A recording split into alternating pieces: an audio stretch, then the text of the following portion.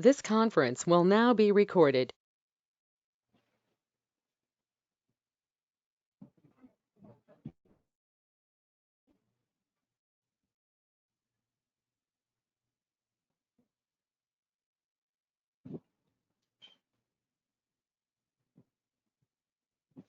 Right. So in our last class, we have seen how to set up the Jenkins and the Jenkins configuration from the server side and the application side, and created a job, and with the job connecting to the source code management, nothing but a version control tool. Right. So those are the steps we have seen so far. So now today we are going to discuss about the other areas. Now in the process of CI/CD, so what are the tools we are going to see and how to integrate them with the Jenkins and how we are going to set up the process. Right. So let me connect our Jenkins.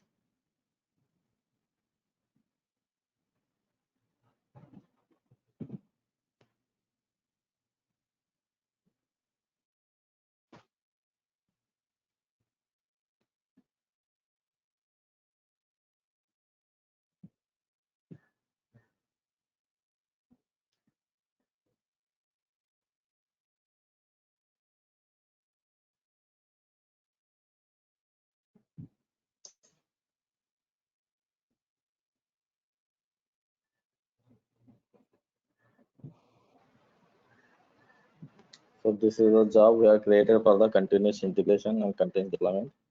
And the job style is a freestyle one, right? So since we are using the GUI mode to configure the steps of the job. So let me go to the job and see the configuration. Click on the configuration. If you want to add or you want to mod any changes on the job level, this is the area, configuration. So go to the configuration, and if I go here,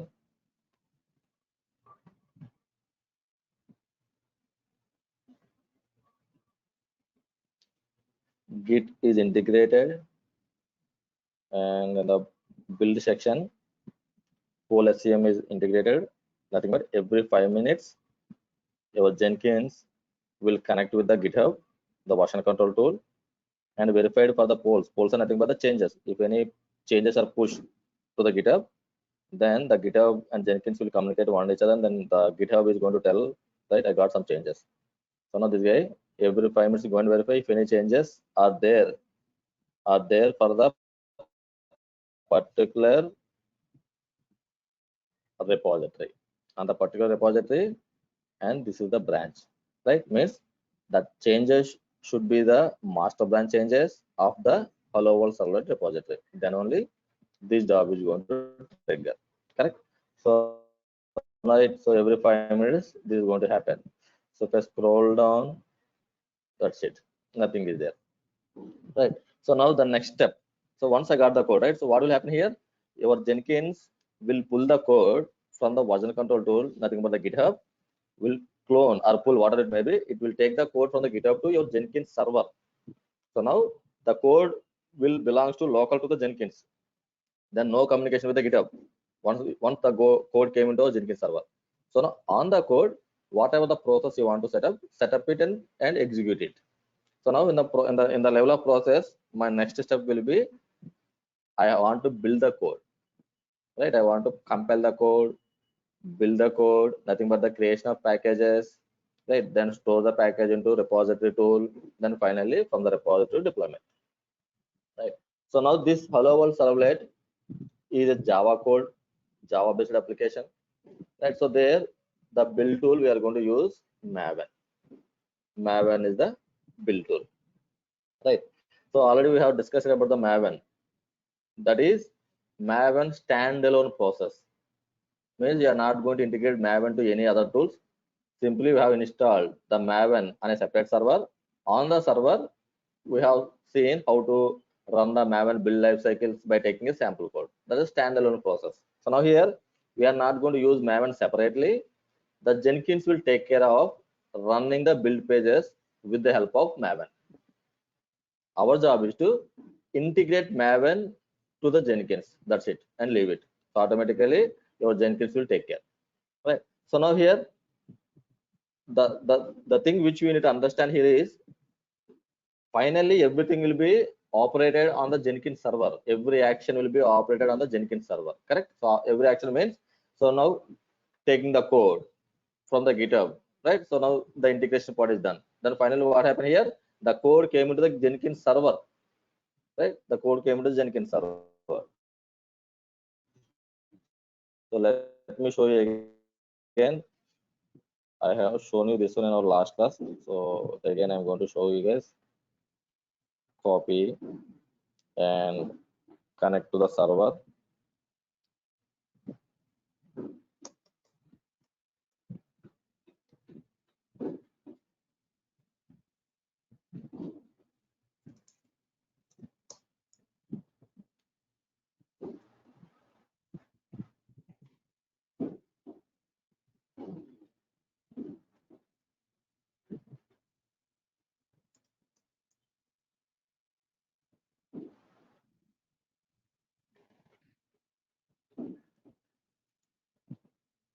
Right. So the home location of Jenkins, where live Jenkins. Right. This is the home location of the Jenkins. So under that, you are going to see a directory called workspace. Inside the workspace, we are going to see all the Jenkins jobs. Correct. So in the Jenkins job, this is the job we are working right now. CA job. So now go to the CA job. So this is what the GitHub code, right? So now there is no communication between the GitHub and Jenkins. Once the code came into the Jenkins server, right? So now on this code, we are going to run the process, right? Once you got the code, like our local machine, right? When the code cloned into our local machine, now we are not going to deal with the GitHub server unless you push it back to the server. Until then, the code is local to you. Means whatever you want to play, you can play with that. It is not going to reflect on the GitHub server. The same here also. Instead of a man, the Jenkins server has taken the code. Instead of man means a human, right? So now here the Jenkins server has taken the code from the GitHub to local, nothing but into the workspace. So now on the workspace, whatever the code is available, we are going to start implementing the process. In the process, the next step will be running the Maven build pages so that the code will be compiled and tested and artifacts will be created. Right. So now here what I'm going to do to run the Maven, right? So mvn and validate. Maven command not found because the Maven is not installed on this mission. Correct. If there was no Maven, you cannot run any Maven build pages. That's what you need to understand here. Right. So now here the Maven should be installed so that the Maven command can be executed. So how to install the Maven? The next question, right? So the install of Maven, download the zip file and extract it and configure like environment variable, configure the environment variable and use it. That is one process, manual. The second one is your Jenkins will taken care of installing the Maven on behalf of us. We don't require to go and manually do that. Automatically, your Jenkins will take care of it. So now from where, what is the section?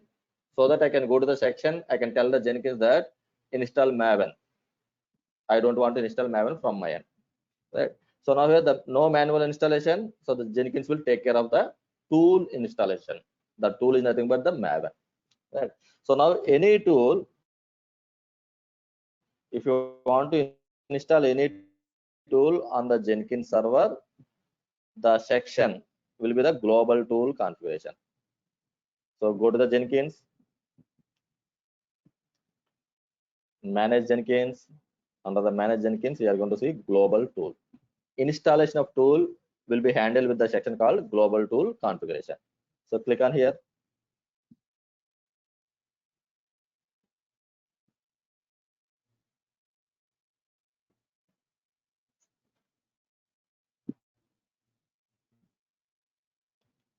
Right now here we can see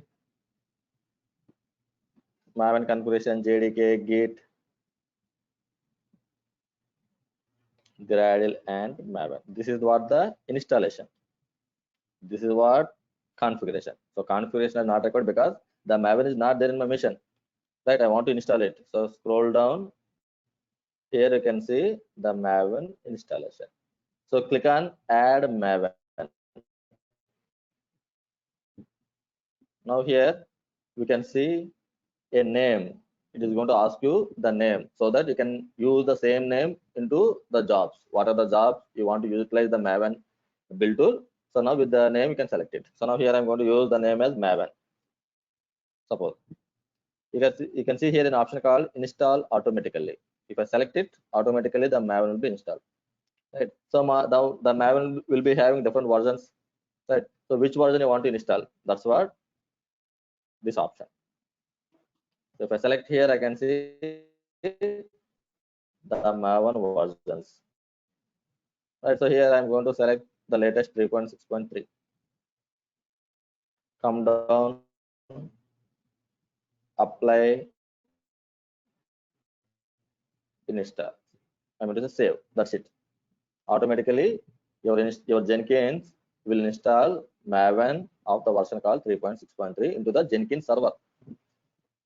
Right. No separate manual installation. Right.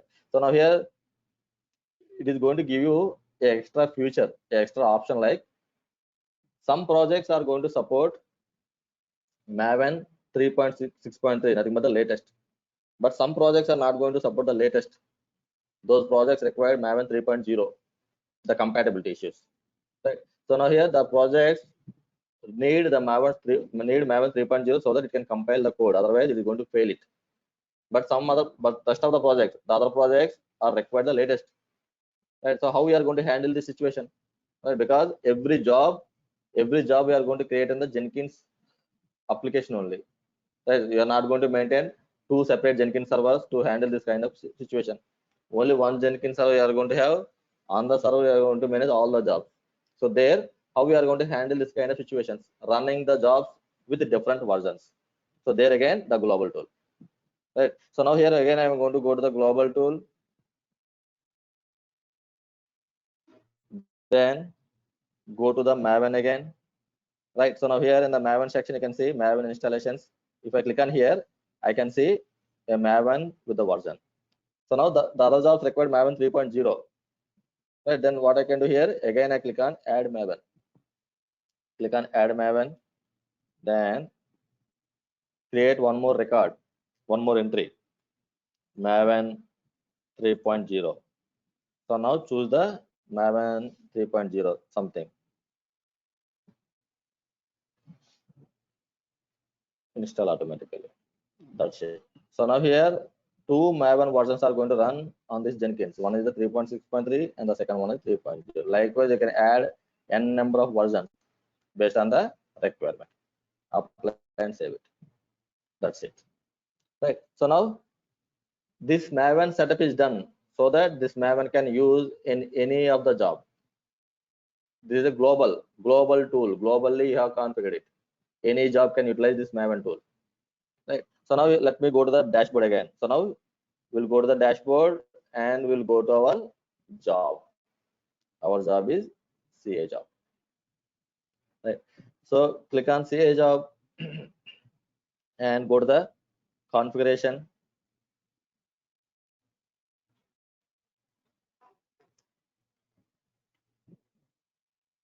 Now go to the build section, add build step. Here you can see there is an option called invoke top level Maven targets. When you want to work with the Maven, this is the option. So select it. Now it is going to ask you which version. Right now there are two versions are there. One is Maven 3.0 and the second one is Maven 3.6.3. Which one you want to? Let's select it here like that. So now I want the latest. Select the Maven. Now the goal, your build pages. Right. So now here clean package. Usually the Maven build page commands will be something like that. Maven package. Right. Maven build pages. Maven compile. Maven install like that. Right. So now here we don't require the Maven keyword. By default, your Jenkins will be taking care of the Maven because the invoke tap level Maven target plugin will take care of the Maven. Now what about the clean? So the clean is nothing but right before building the code, nothing but the compilation of code. If any existing temp files or buffer files like or any other files are there, the build in the build process, any files are generated. So those files are going to clean it up so that it is going to have the latest code always. Otherwise, sometimes it is not going to allow us to get the latest because of the old files are exist. So by that time, you are not going to see the changes. That is what clean the existing content and do the fresh setup. Fresh setup in the sense fresh creation of artifacts. Right. So now package you know, right? So validate, compile, test, and package. Right. So now here I'm going to create a package with the help of Maven build tool. Now apply and save. Now see, click on build now.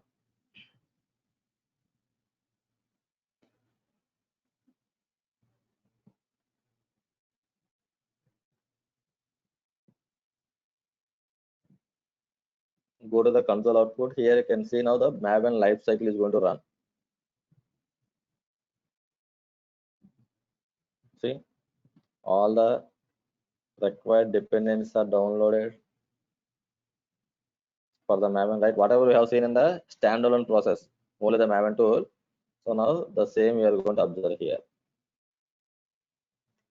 Let's see now here, as a DevOps guy, on the Maven side, this is the part we are going to do. That's it. No other thing.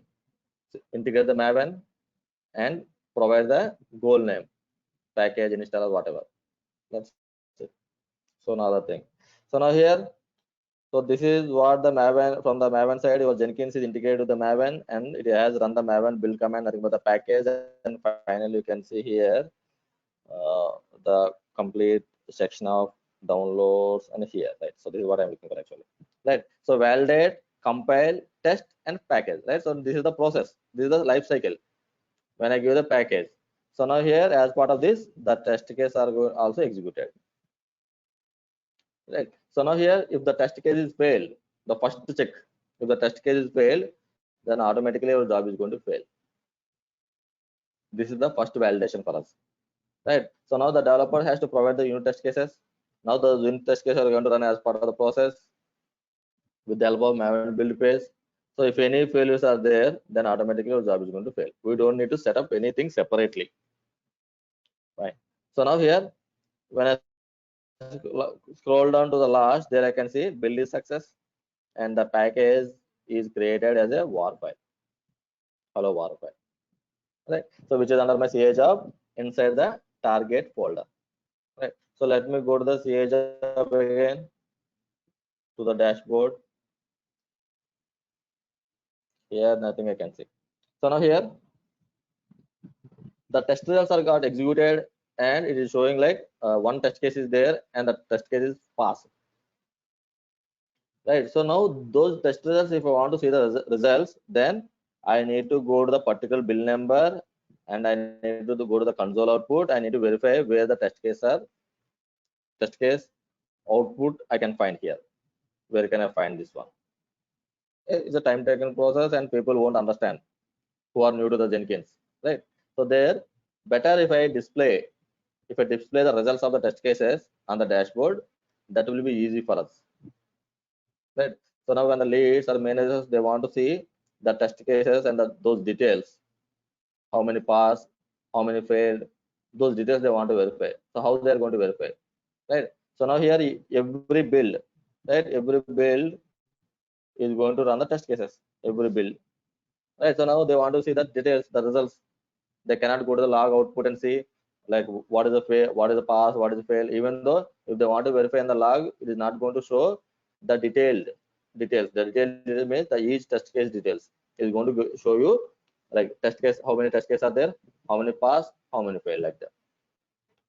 Now capturing the results, right? So as part of the Maven lifecycle, it executed nothing but the running of the test cases.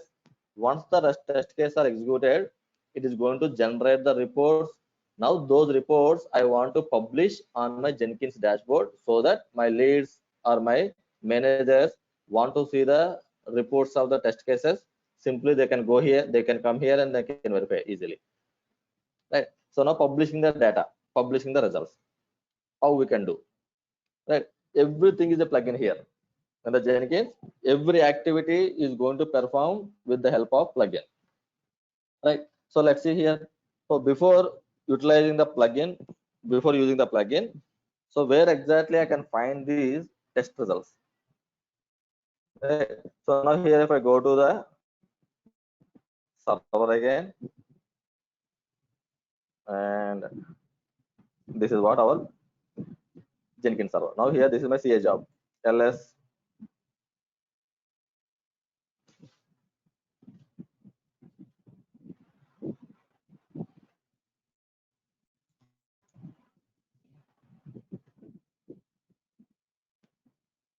cd var lib Jenkins workspace ls, go to the CA job, ls, you can find a directory called target, cd target ls. Now you can see there is a directory called surefire reports. So this is what the directory where you can find the results. Verboting test, gig cap, something like that. So these are the test cases details. XML. This is what the report actually, the test report. It's going to generate in the XML format. So now this report, I want to publish it. I want to publish it on the what I mean to say, my Jenkins dashboard. Right. So here the plugin. So I'm going to use the plugin to publish the data on my Jenkins dashboard. So let me go to the configuration. Right. So now here publishing means it is a post build activity. The activity is nothing but creation of artifacts. So now here the whatever the results I want to display, that is nothing but the post build actions. So now go to the post build actions. Then here click on add post build actions. Now you can see here publish JUnit test results report. This is what the plugin which we are going to use to display the report on the dashboard. Right. So here they are going to tell you, right. So this is the syntax, right. You need to provide so that it will pick the path. From the path it will pick the XML file, or else you can use some shortcut, something like that, star take anything slash start.xml. Right. So star nothing but is going to take the complete path. Complete path means this is one.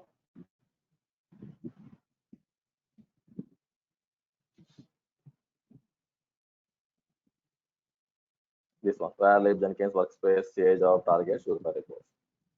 This path will be taken. It will go into the path and search for any XML files that exist. If it exists, then we're going to publish it. Now apply and save.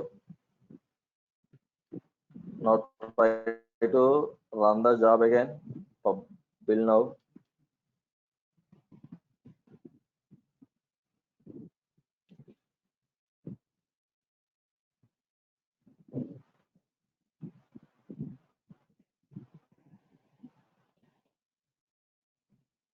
Right, so job got successfully executed, but I don't think the report is published here.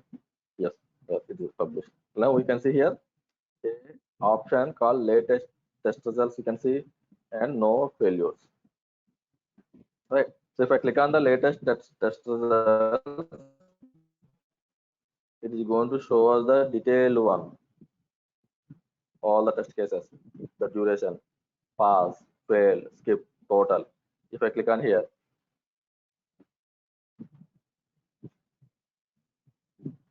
thing test, the class is thing test.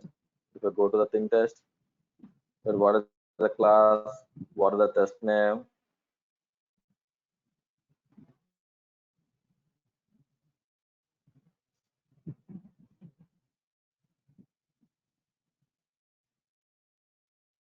So this is for the developer sake, not for us. Our job is to pass.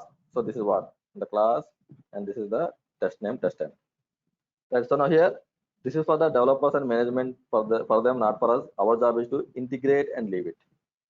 So when they want to see the results, when they want to verify their thing, then they will go to the dashboard and they will verify here. So likewise, we can publish the results also, the test results also on the dashboard, so that it is going to save the time for the verification of the test results. Right. So now here, in the part of Maven, with the help of the Maven, we have seen building the code and test how to run the test cases, and how the test results can be published on the dashboard, and the final one is the artifact. With the help of Maven, build lifecycle, nothing but the build pages like validate, compile, test, and other blah blah. Right. So now here the first, as of now we are trying to see in that fashion, like validating the code. So now here my first step will be, first check will be validating the code, nothing but I want to run the unit test cases. So now here I don't want to go for the package creation, just I want to see any test case are failing, clean test. This is my first validation in the CA process. Our first validation is any test case are failed, don't proceed further, don't run the other steps. So now obviously it is not going to fail. Right now we have seen, right? So only one test case is there, it is successful. Fine. So now the next test case, I mean to say test case in the sense the validation. Next gate, the check. That's what the code quality. If my unit test case are passed, then I'm going to check the code quality. If the code quality is good, then finally I will go for the creation of artifacts. This is what the process we are going to follow. Right. So now the next gate will be checking the code quality.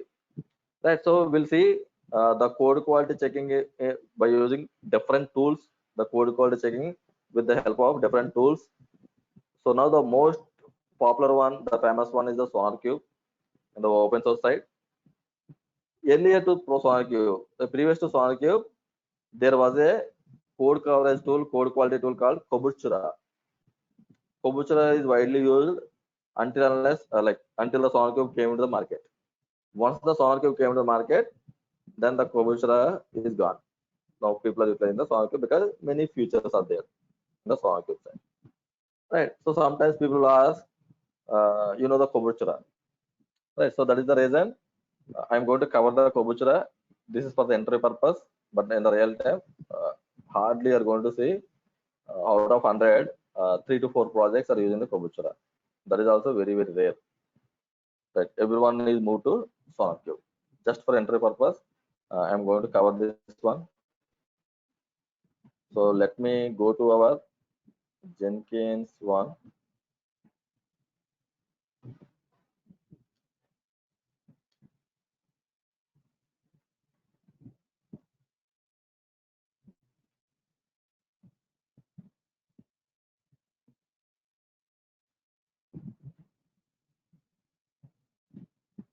Right. So when you want to use the COURES plugin, so now here the code quality will be gathered.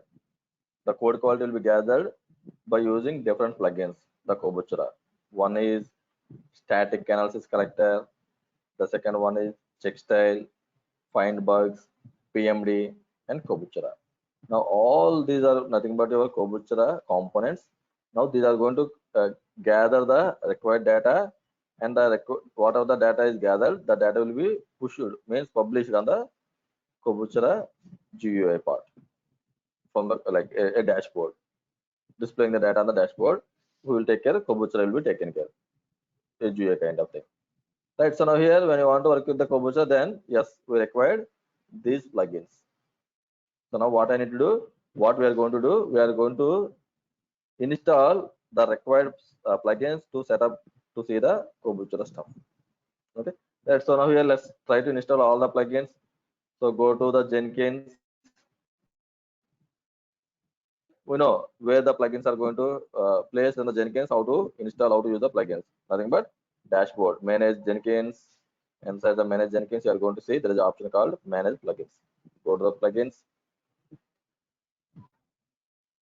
Right here, Right, as I told you, right, updates are nothing but whatever the plugins installed so far on the Jenkins server.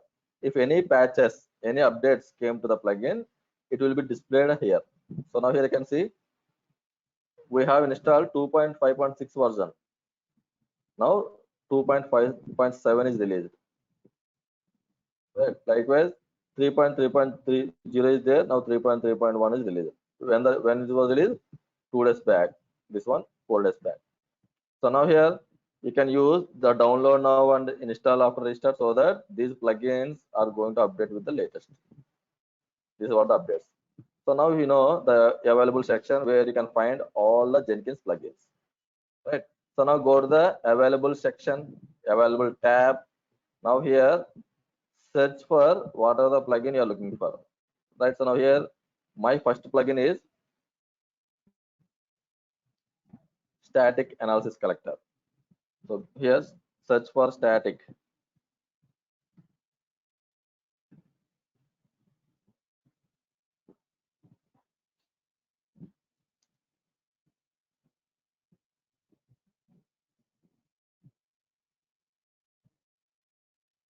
Static analysis collector.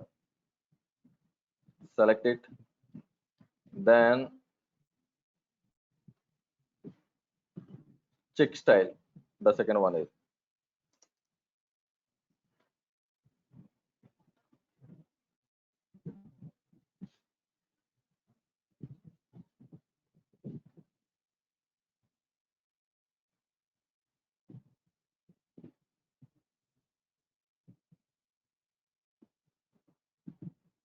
search for check style.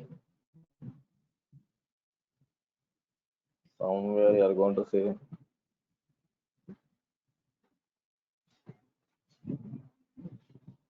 or else copy the plugin name and go and search. Sometimes with the naming convention also it will not find. Right, so now check style you can see here. Select it. Then the next one is find bugs, and the next one is PMD,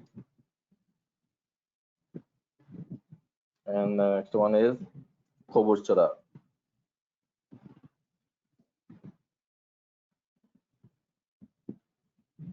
Right, so now here you can see the plugin integrates the Kobuchara COURES repos to Jenkins. What exactly this plugin will do, they will explain here. If you want to know the information, you can find the information below the plugins. Right. So now I have selected 4 plugins: check style, static analysis collector, find bugs, PMD, Kobuchara. 5 plugins. Once all the 5 plugins are selected, then what I'm going to do, install, download now and install after restart. Select it. Now it's going to download all the plugins and their dependencies. If any plugin requires the dependencies, those will be also downloaded. See here, code covers API. This is a dependency, dependent one. It downloaded. Analysis utilities. This is the dependency for analysis collector. Automatically, your Jenkins is downloaded this plugin also. So now all are downloaded successfully. Then you can see it will be activated during the next boot. Right? Simply select here so that the Jenkins application is going to restart.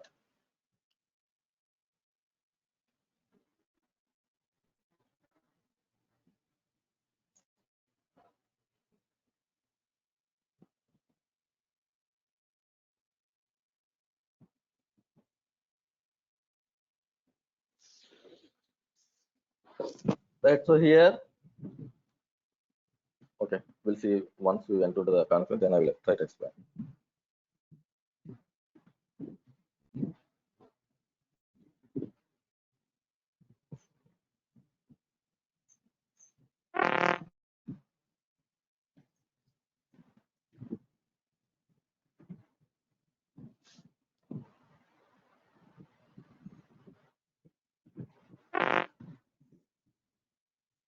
Okay, log into the application.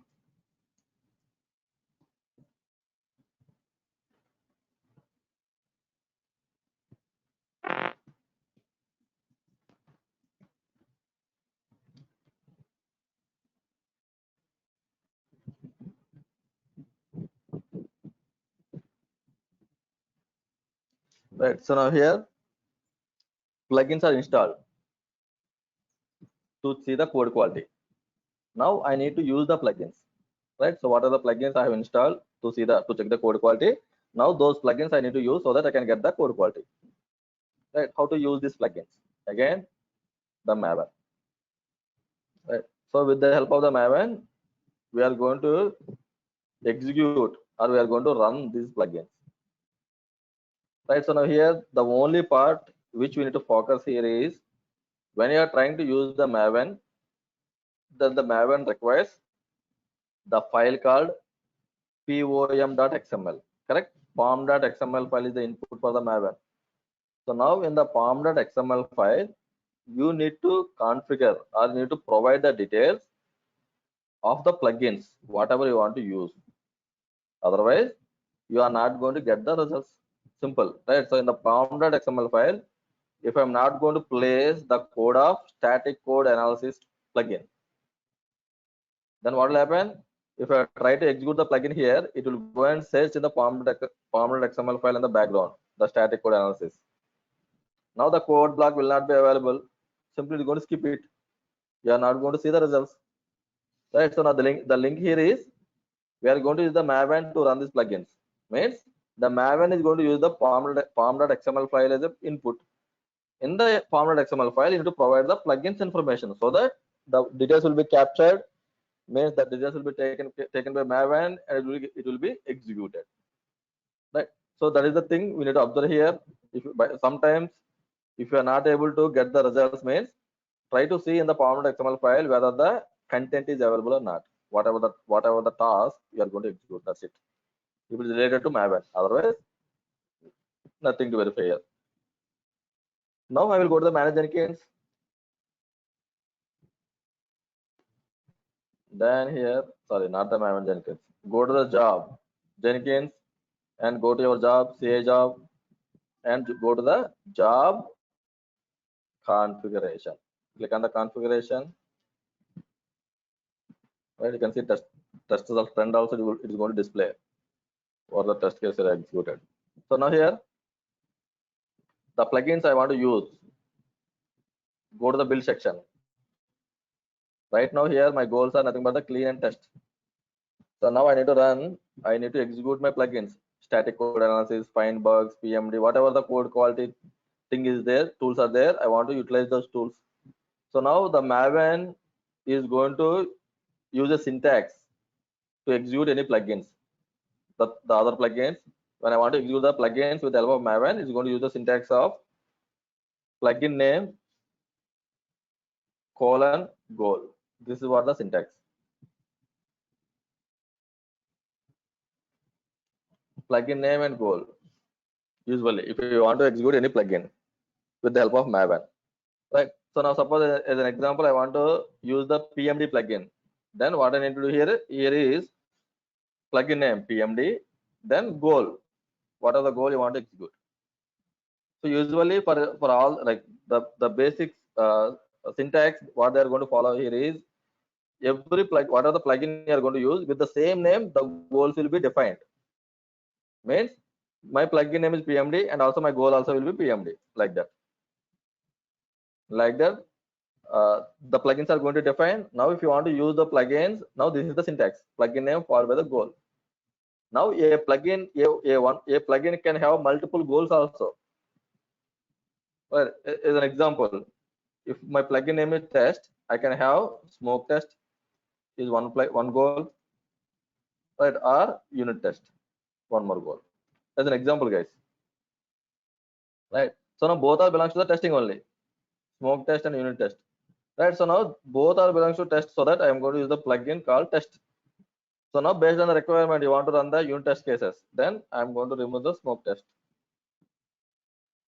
If I want to check the smoke test, then test colon smoke test. Like that, a plugin can have multiple goals, but usually uh, every plugin will be having the same name as a goal name, like this, PMD, like that. Right. So now this is what the syntax: plugin name colon goal name. Right. So now let me show you now PPT. So where this code I have placed it. So here this is the step is done. This is the what. Right, clean install. These are the Maven build pages default. Now my plugin name textile and the goal. Find bugs, plugin name and goal. PMD, plugin name and goal. PMD has two goals. Like that is the reason PMD and PMD CPD. Two goals are trying to execute. Then Kobuchura. Right. So now here the Kobuchura is GA stuff. Nothing but the report will be published under this Kobuchura plugin. So that is the reason. Here we have a property called format, report.format, dkobuchura.report format. So what is the format you are using here is XML. By default, the XML format will be the reports format. So here you are going to tell my Kobuchura report format will be XML. Then optional property here. Right. So now here I will take this goal, copy, and I will go to our Jenkins job configuration. Here I am going to place, apply, save. Now try to run the job again. Build now.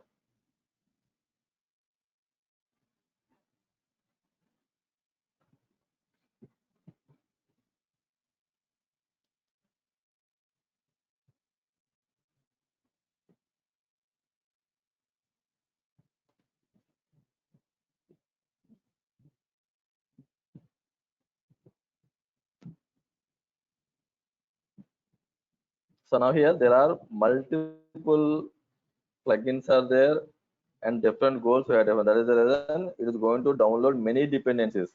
That each plugin will going to have the other dependencies. So now your Jenkins is trying to download the required dependencies for the plugins and it will start executing those plugins. It will take some time usually.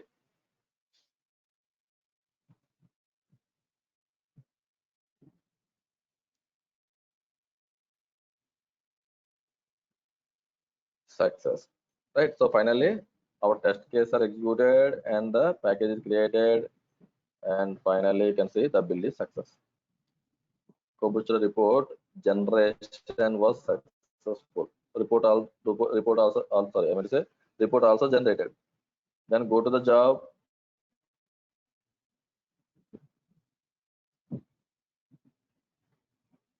and see where can I find the report. Right. So no report is showing here, but here in the log I can see clearly the report was generated.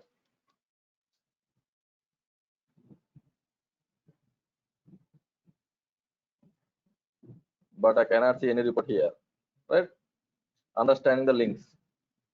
Right. Right. Your report was generated, but where you are capturing? Right. What is the location you are capturing the report? Take an example of unit test cases. Right. Until unless I did not publish the unit test cases, I am not able to see the results. Correct.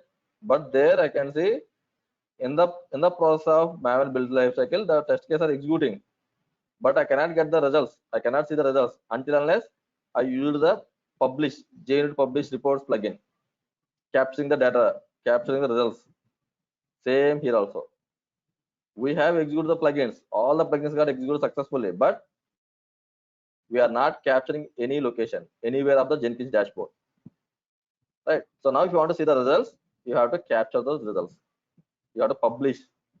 You have to take the results and publish on the Jenkins dashboard. That's it. Successfully executed, but you are not captured. You are not published.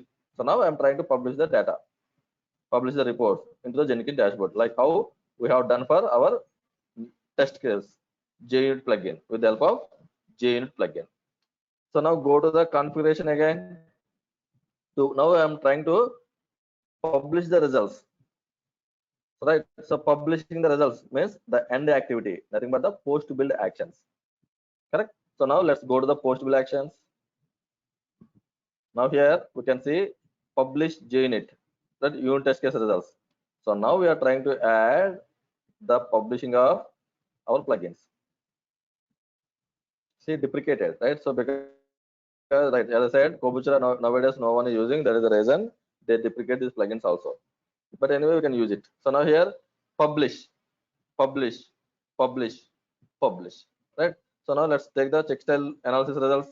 Click on here. right? So here is going to tell you, right? So your check styles can be found with the file name called checkstyle_result.xml. Right, so here star means it will take the entire path. It will go into the entire path and verify for the check style.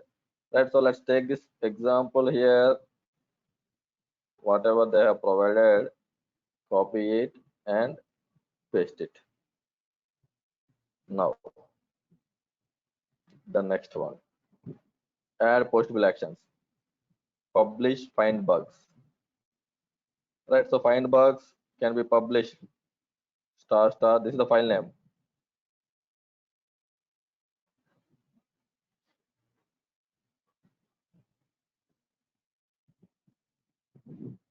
XML. Sometimes you are going to have the file name like xml.xml. In that case, provide this one. Otherwise, go with the .xml only. So now, postable actions, PMD.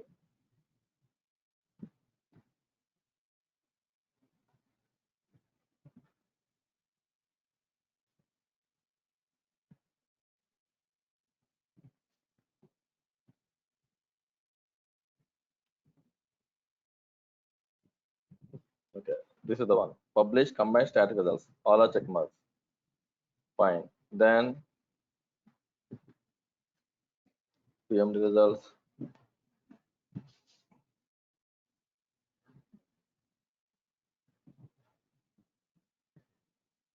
Fine. Yes, this is the one. ** PMD.xml. But each plugin wise, we are trying to publish the data. The final one, the GUI, the report, I need to publish. That's what here. Publish Kobuchura coverage report. Select it.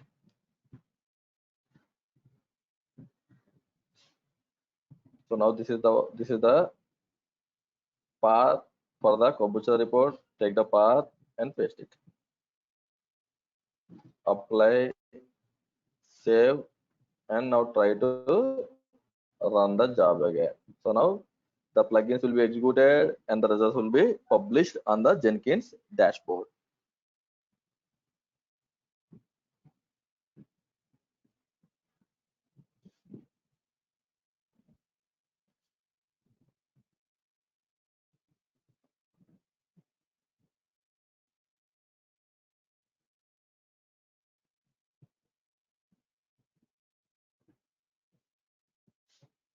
As of now, we are not going to see any options here, right?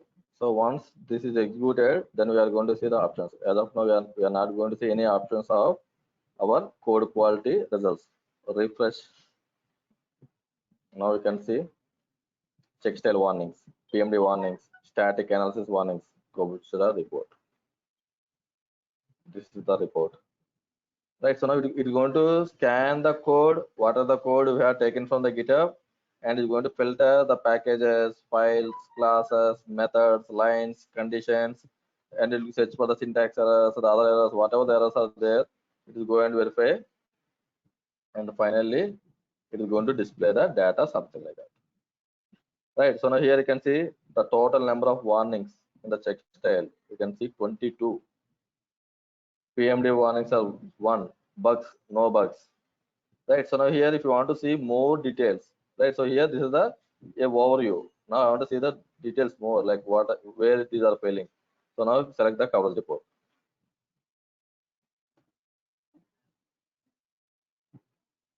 scroll down. Now you can see the details, more details. You want to go in deeper, click on here.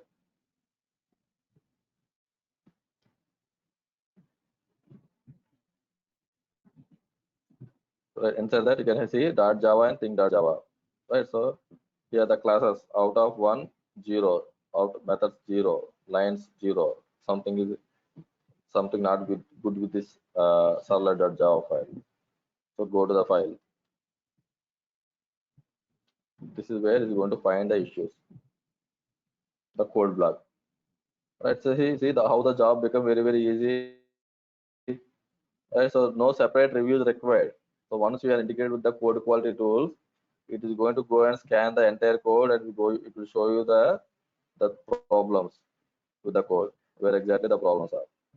Right. So now here, this is the detailed report with the Kobuchura. Now here I can see some check-style warnings are there, 22. Now I want to see those warnings. Click on the check-style warnings. Select high priority 22. Right. Click on the 22.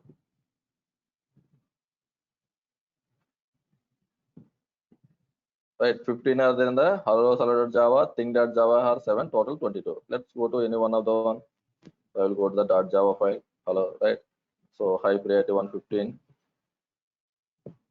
So now here in that Java we can see this is the one and this is the one are having 13 and 2. Let's click on this Stephen Haynes.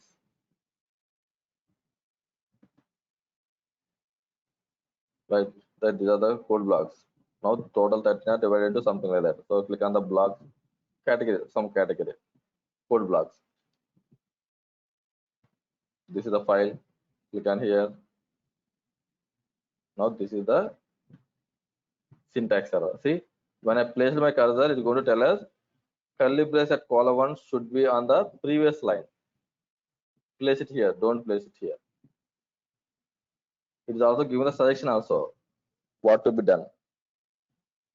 Right. So that is the advantage with the code quality tools. Right. So now here you don't need to do a separate review, a manual review. Right. So now your process, your means our DevOps process will do the job of checking the code quality also. That's why the DevOps creating a process so that minimizing the regular works and improve the deliverable within the less time. Right. Or capture the issues earlier. Right. At this stage, if you capture the issue, then you can resolve it and then you can go for the process again. If you are capturing the issues at the end, means so many things have happened. Package creations, deploying will be happened at the end you are trying to do. No use. Trying to capture the issues at front end only, at the starting point only. So that immediately can send back and they can fix it and they come back like that. Right. So now there, no manual things should be done here. Everything should be in automated fashion. Now we are going to utilize these plugins and tools and integrating with your Jenkins so that with the help of this stuff, we can get the required data, required results. Right. This is the old way, nothing but the Kobuchura plugin. With the help of the Kobuchura plugin, we can check the code quality by using these plugins. Oldest way, popular one actually. Before this one, Kobuchura is a popular tool actually to check the code quality. Right now, as I said, if the code block, the check style code block, is not present in the pom.dot file, you cannot see the results. Right. So just go and verify whether this block is there or not. Just for understanding, just for cross verification. So what I will do, I will go to the GitHub.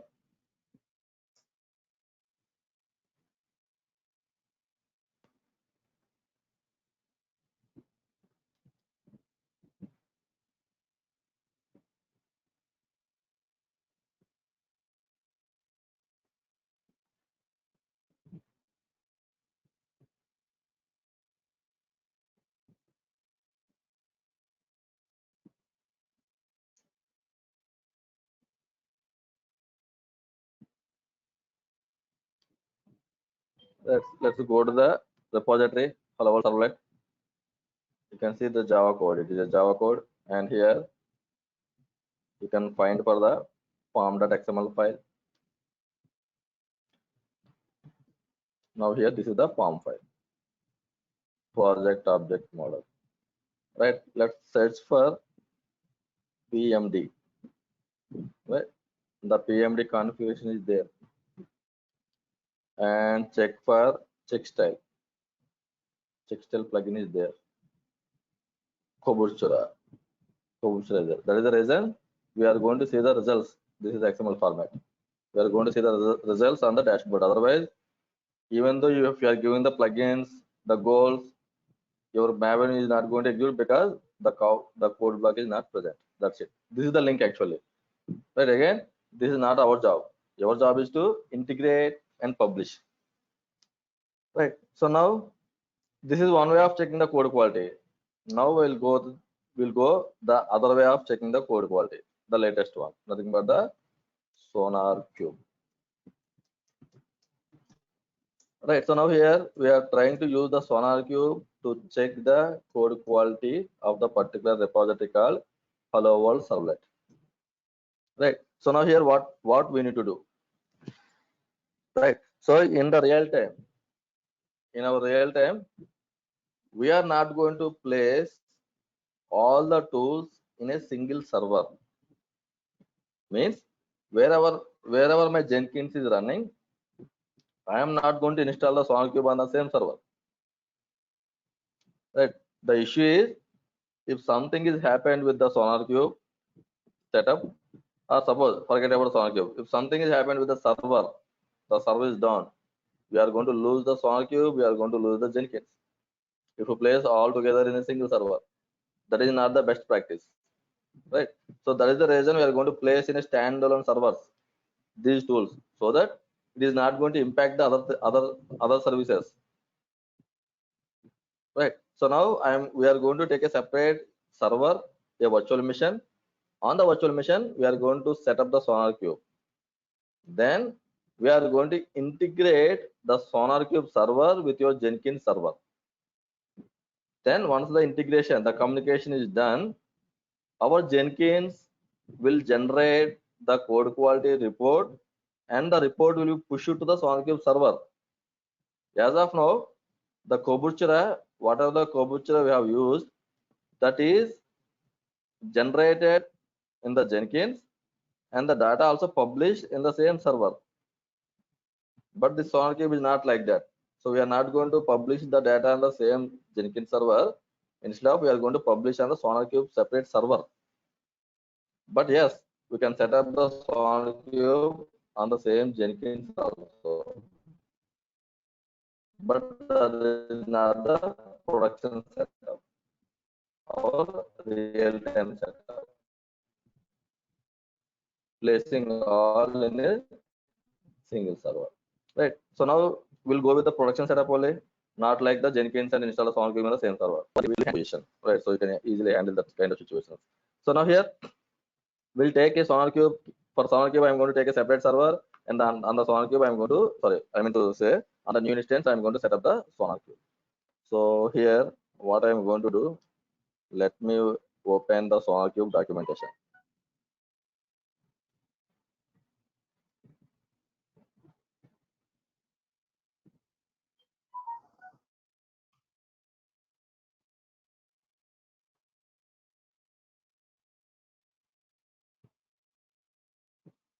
So now here, this is the SonarCube,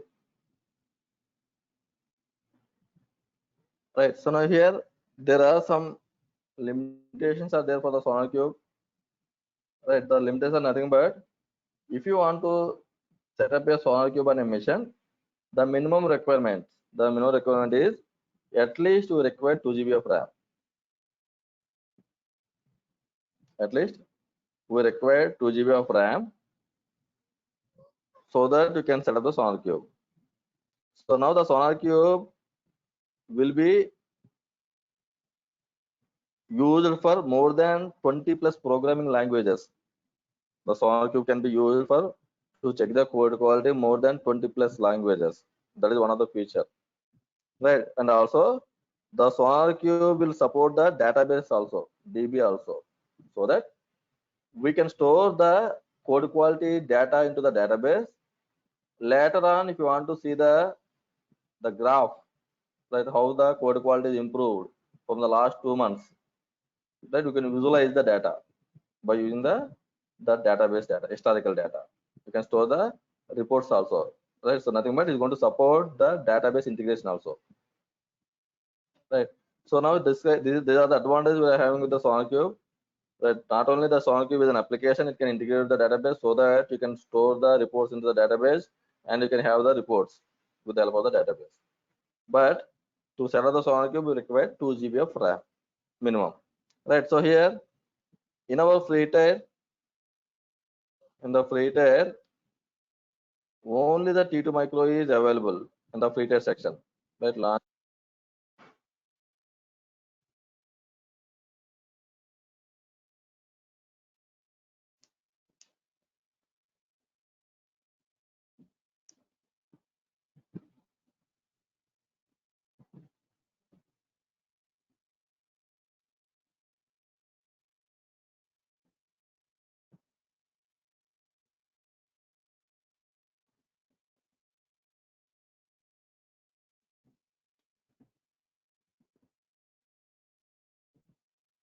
T2 micro.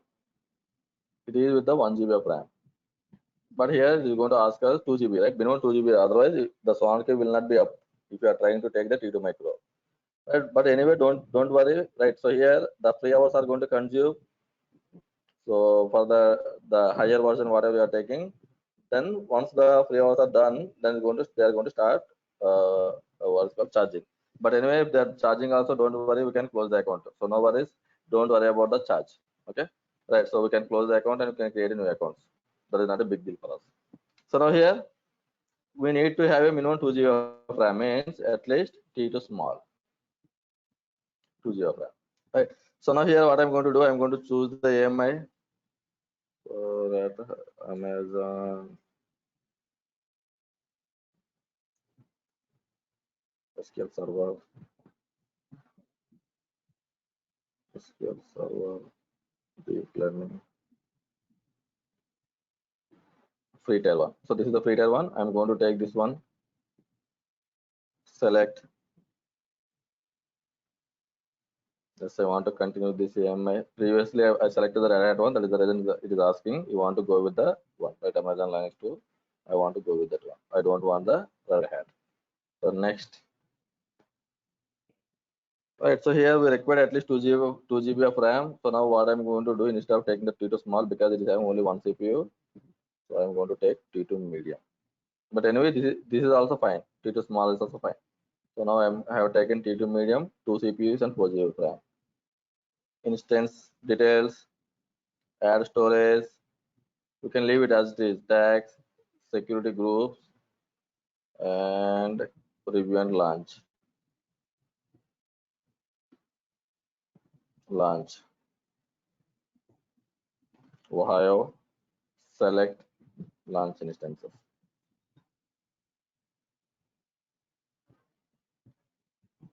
View instances.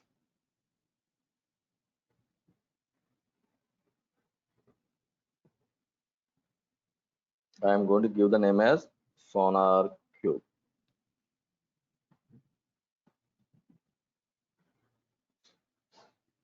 So now we have separate server we have launched.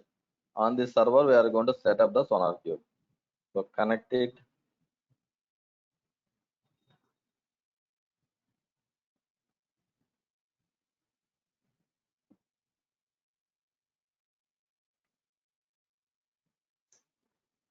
Like our Maven and the Jenkins, the Sonar Cube also required the Java. It is also dependent on Java. Right, so first install the Java, then set up the Sonar Cube. The same slide, the Java installation slide I have taken from the Maven and Jenkins only. So no difference here. So just go ahead and install it.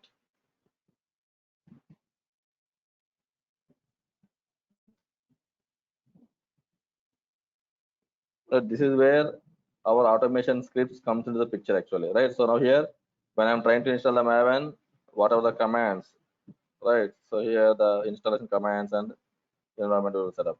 I'm doing manually, right? So now here, when I want to set up anything, the Java is mandatory. For the Java, again, I'm doing the repetitive task again and again, again, again. So for that, what we can do, we can create a automation scripts, shell scripts or Python scripts. Then once the machine is ready, simply run the script so that automatically this setup is going to install. Enter.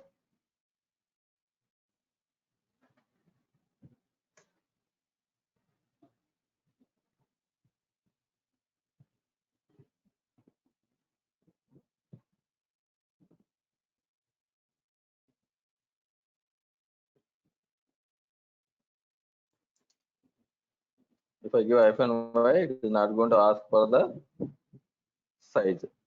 Do you want to proceed or not? Java version. Got it. The next will be environment variables.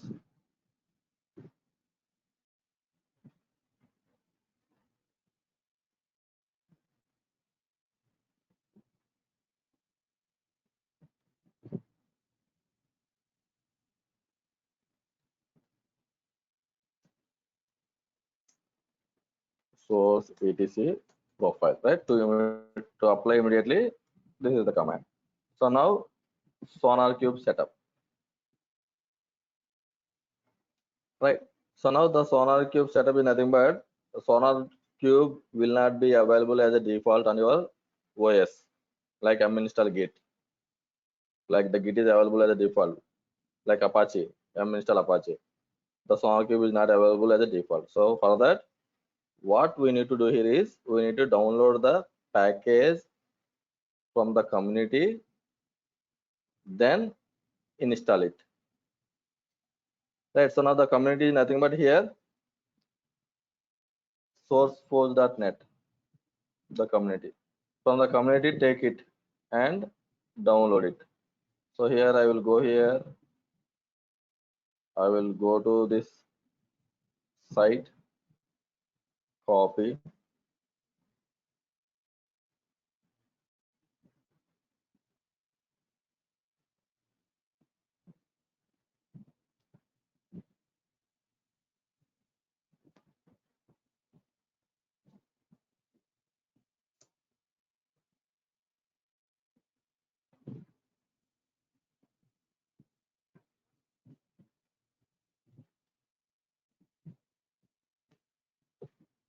sourceforge.net. So this is the site where you can find our, we can download our binaries for the Sonar Cube. So now here let me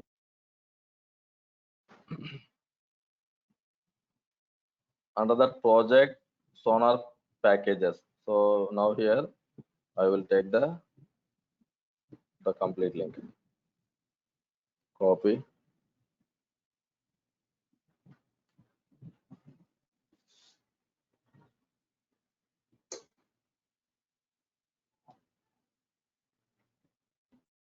You're not able to see the screen.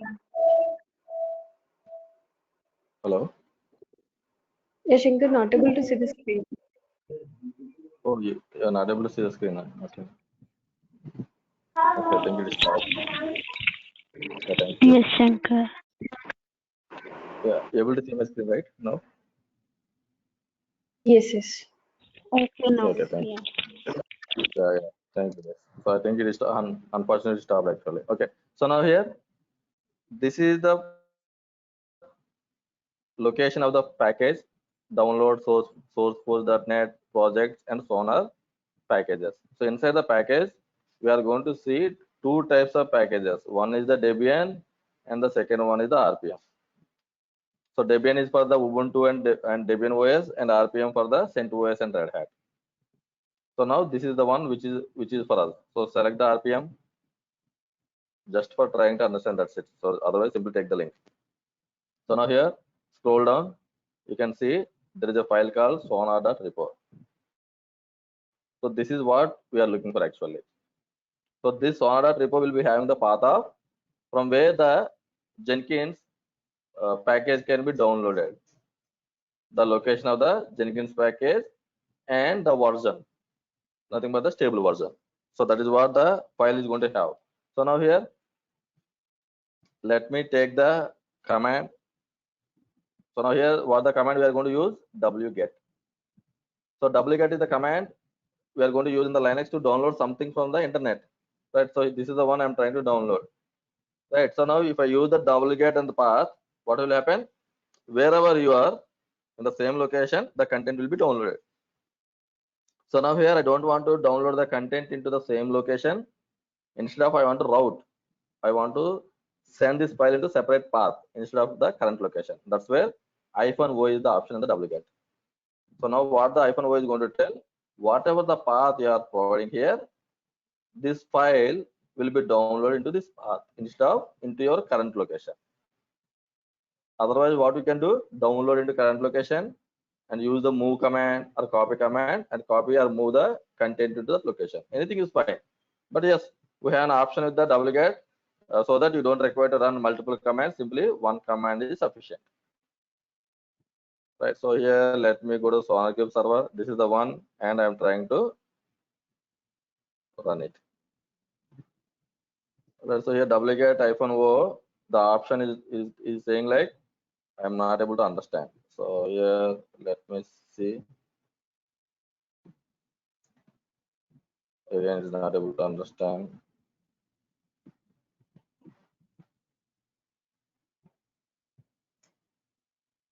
Okay, let's leave it. So now you don't need to spend this much of time to troubleshoot it.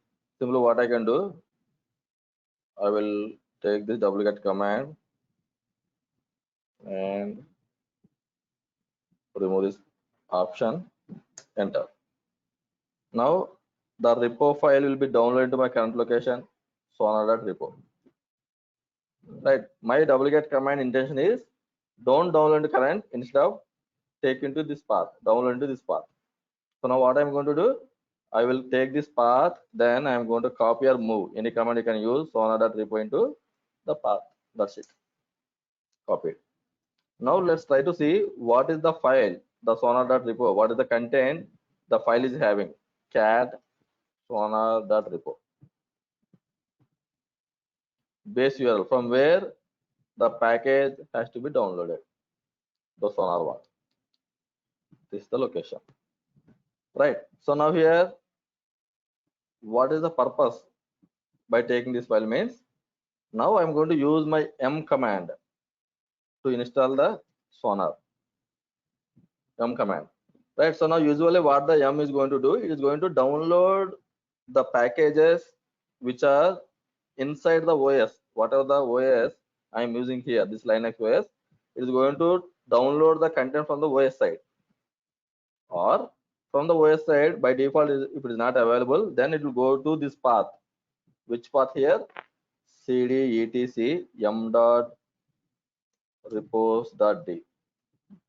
Here it is going to fetch, it is going to search whatever the package you are going to download. By default, from the OS side is not available, then it will go to the m.repos.d directory. So now if the package content is available, the information is available for the package what you are trying to download, then it will download into the mission. Right. So now here the m command requires your package information, the m command. So right, so the m command will by default go into the OS, or it will go to the m.repos.d. So now in the m.repos.d, we are going to place this sonar.repo file, so that the m command will pick the information of the sonar from this file and it will install into the server. Now in the sonar.repo file, what we are going to tell is download from this location. Download and install from this location. That's what the sonar.repo. Right. So here people usually face, like when you guys are downloading this file, what's happening here is this sonar.repo file is not downloading properly into your machine. So that is the reason, if you guys are trying to use the command m install sonar, it will throw an error for you. It won't understand from where the sonar has to pick up, because this file is not properly downloaded. So now if you guys are facing any issues with the command, simply open this file sonar.repo. See whether this kind of data is there. Just it has to have 4 lines of the code. If you are not seeing this kind of data, some kind of characters or symbols, means the file is not properly downloaded. Download it again and check the content and run the yum install command. That's it. This is the troubleshoot part actually. So right, so now here I have my file. Now I'm trying to run the yum install sonar. You don't require to be in the same path. It is not mandatory. You can come out from the path also, then you can run the command yum install sonar.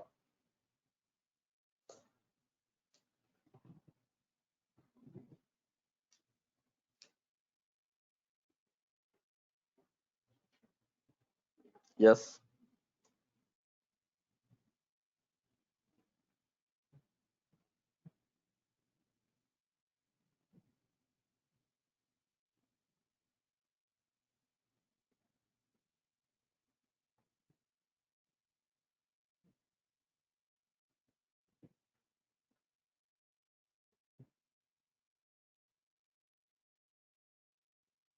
Done.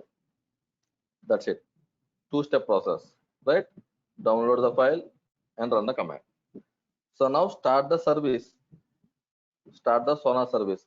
To start the service, right? Service is the command. Service sonar status.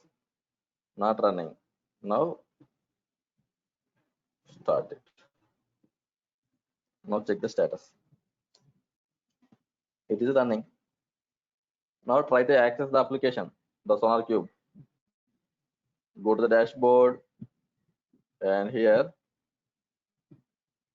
try to use the IP address of the SonarQube. Now this is my SonarQube server, and this is the IP address. Copy, and here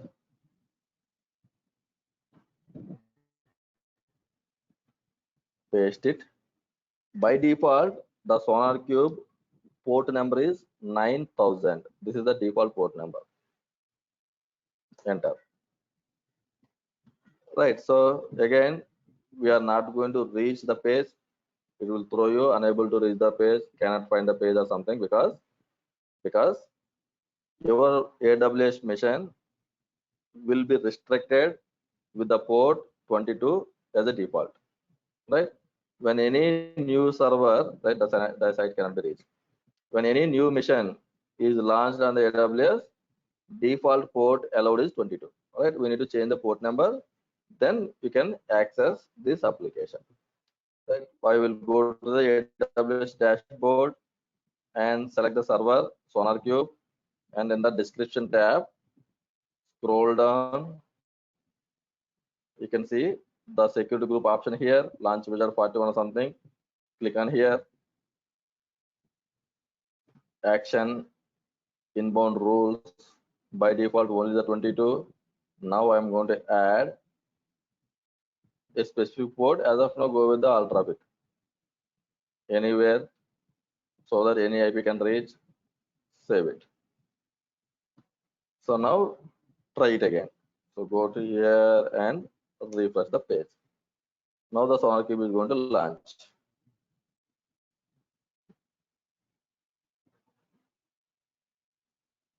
Right, SonarQube. SonarQube is ready.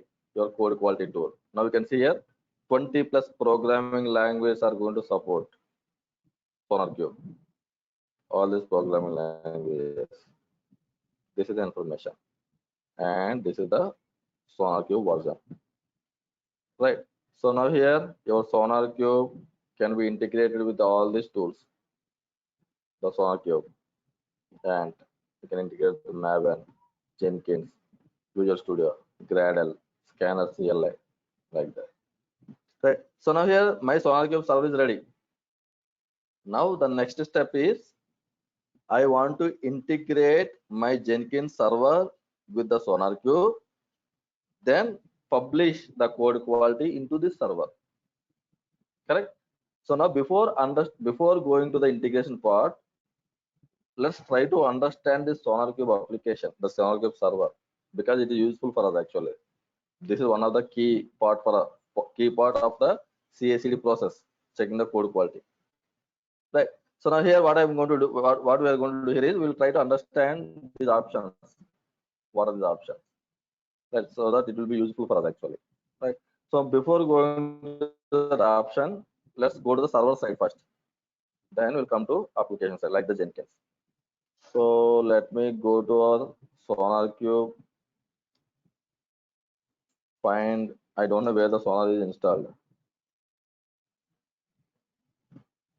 OPT Sonar. So CD OPT Sonar LS. So now you can see SonarQube configuration files can be found under the conf.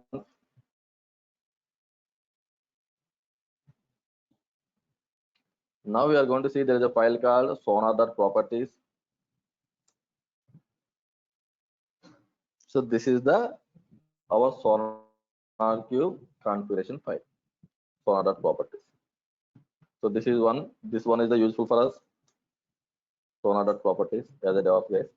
Right, as I said, as we discussed, the SonarQube is having a feature of you can integrate the database to the SonarQube so that you can store the reports. Whatever the reports are going to generate, the code quality reports into the database. Right. So here in our current setup, we are not used any database integration. It's a plain application. Right. So now here what will happen? Now what about the database? Right, because the SonarQube is going to use the database to store the reports. Now here I am not used any database, means by default the SonarQube will be having a database called H2. H2 is the database. By default the SonarQube is going to use. so that if you are not using any database, you will use the H2 database.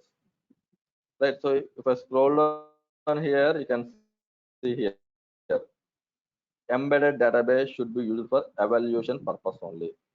Now here, what is the embedded database? The default one, H2. H2 is the database, is the default one. This is only for the to evaluate the SonarQube, not for the real-time purpose.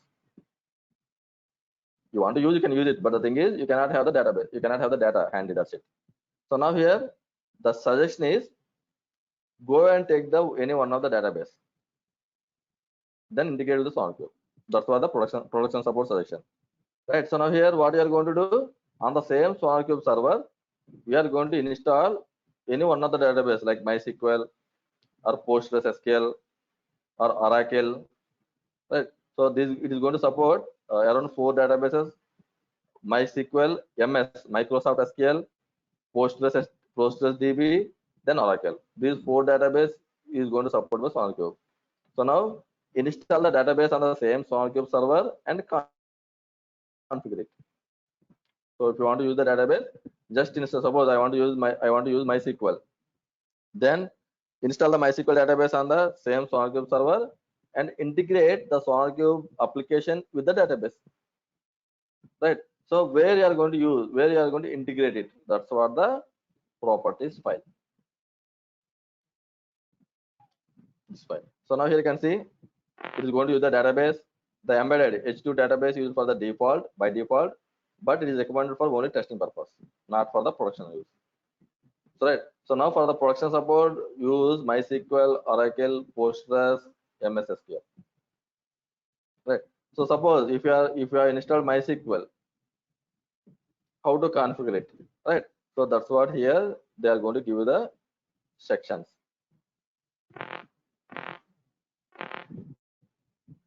Here you can see a section called MySQL.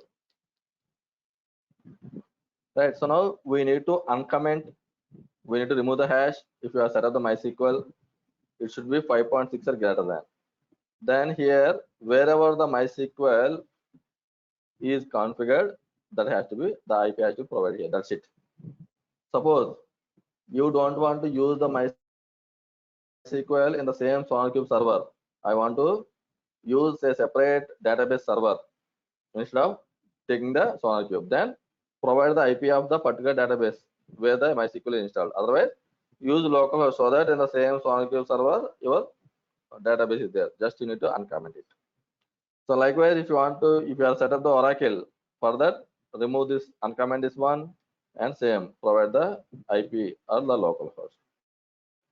Likewise, PostgreSDB. This is the property name. MS SQL.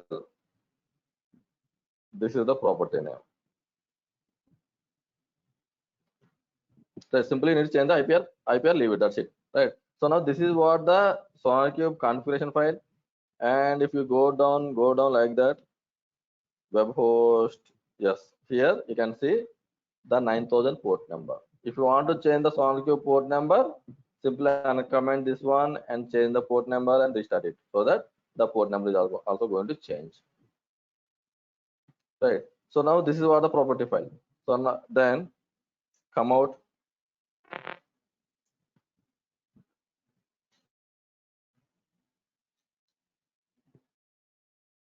Come back from the cd dot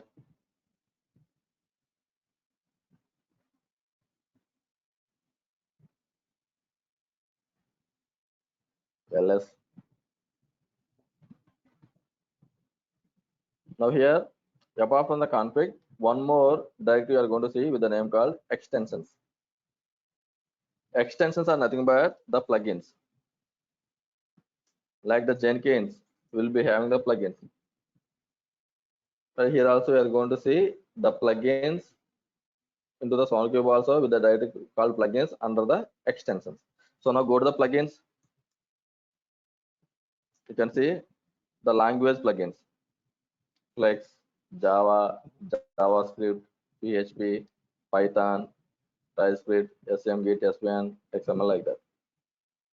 Right. So now here The language plugins you are going to see like nothing but to check the code quality, we require the supported plugins, right? So now here I want to see the security stuff. Security stuff means security scanning. There we have a something like called FXCOP. FXCOP is a plugin which is going to do the security scanning.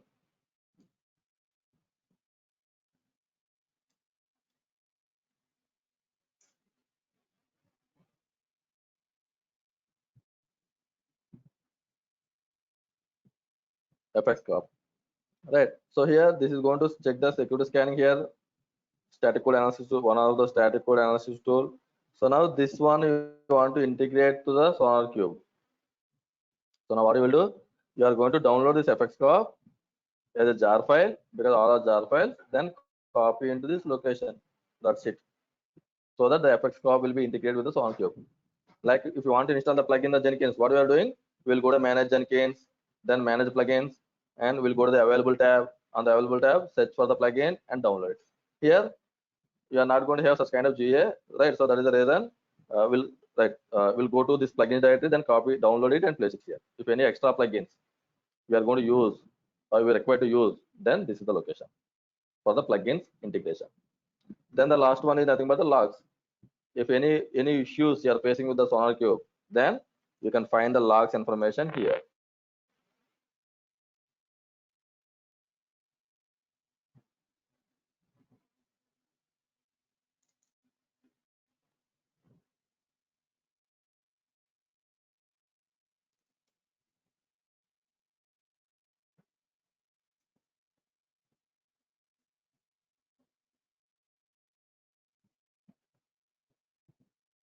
Sonar.log.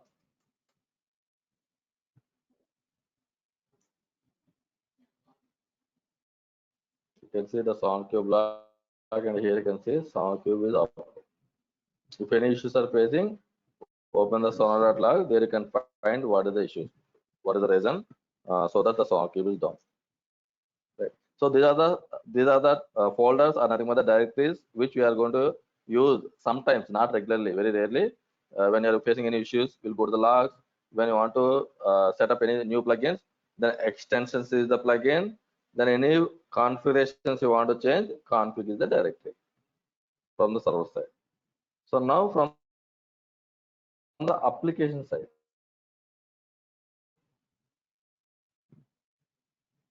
from my application side. So from the application point of view, these sections are required for us to set up anything on the Sonar Cube or to understand the code quality areas, right? So now here for that we require the login, so that we are going to see the administration section also. As of now we are not going to see any administration part here, right? So now here use the administration configuration. Login, click on the login. Then by default the login username is admin and the password is admin. So admin is the default username and password for the Sonar Cube default.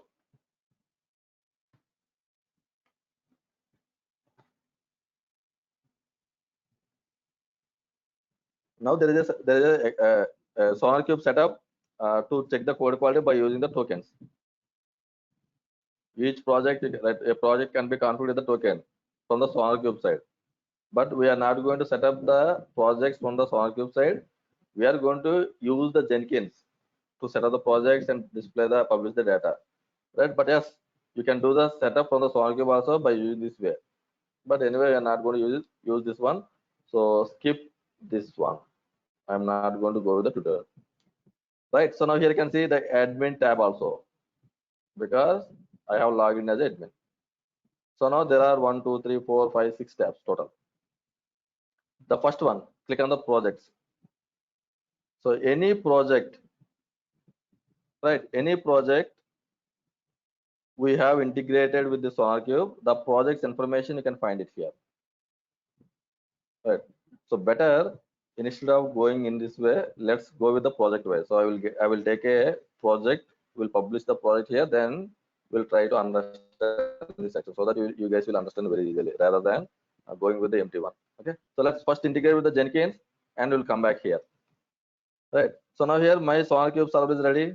Then I want to publish my code quality into my SonarQube. So what you need to do, what need to be done here? Right, so what need to be done here is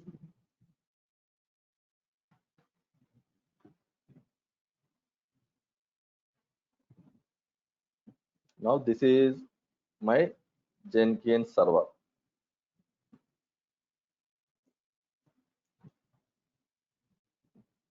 and we have created a separate instance, and here we have installed Sonar. Right, so now in the Jenkins, our jobs are going to run CA job, right, test job, sample job, like that. These jobs are going to run the Jenkins. Now the CA job wants to publish the code quality into the SonarQube. Right, so when you want to publish the data into SonarQube means we require the communication. Communication is required. Right, so now how the Jenkins will communicate with the SonarQube server, the other server? Integration or communication. So there the section in the Jenkins is configure system. Under the manage Jenkins, configure system is the section. With the help of this section, we can integrate any servers, any other servers to your Jenkins server. That's it. So integration with the other servers, nothing but the configure system section of the Jenkins. Installation of any tool, nothing but global tool. Installing a tool. Here we are not installing anything. Already the SonarQube is installed and configured in a separate server. Just I require the communication. That's it. Integration. That's what the configure. Right. So now here let's go to the configure system. So let me log in again, Shankar and Shankar. So go to the manage Jenkins and here configure system. Click on the configure. Integration between the servers. Between the servers means from the Jenkins to other servers. The other server can be anything. Now here our server at present SonarQube, the server is. Now go to the configure system and here we are going to integrate the SonarQube. Right. So search for Sonar, not finding, right? Because as I said, Jenkins will not be do anything. Everything is a plugin here. So now when the Jenkins wants to connect with the SonarQube, it requires the SonarQube plugin. That's it. So now here we need to download the plugin first. So Jenkins, manage Jenkins, manage plugins. Right. So each and every step I have explained here, guys. So this is what now this is the step right now we are doing. SonarQube scanner for the Jenkins. Integration with the Jenkins. Go to the available section.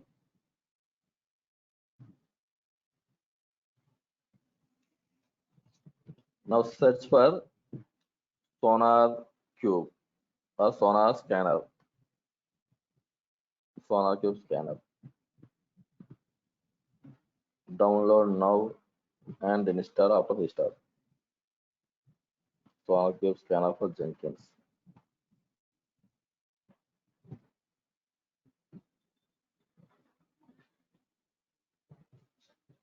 Let's see. Is there any separate plugin is there because I have downloaded SonarQube scanner, but here I can say SonarQube scanner for Jenkins. Let's see any such kind of plugin is available here.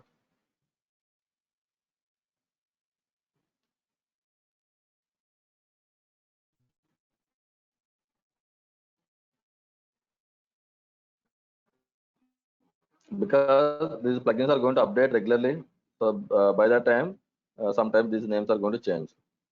Enable like SonarQube scanner for Jenkins. Now I can see SonarQube scanner only. Maybe the plugin update or there is an extra plugin which came with the name SonarQube scanner. Just we'll confirm it, then we'll proceed.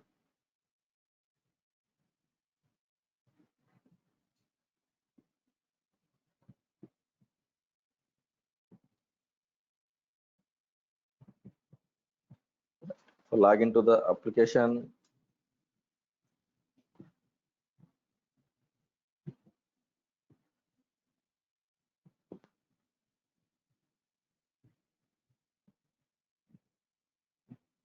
Right. So go to the plugins again, manage Jenkins,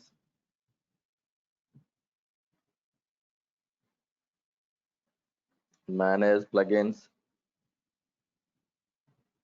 available.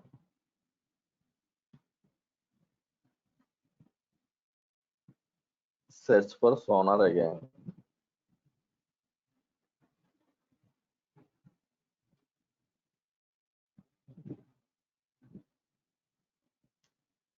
Right. Nothing is like, I don't see any name with the Sonar Cube, Sonar scanner for Jenkins.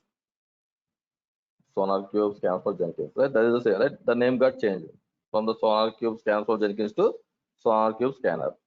We are good. Right. So no such plugin is available here. Right. So with the name Jenkins. Fine. So now go to the Jenkins now.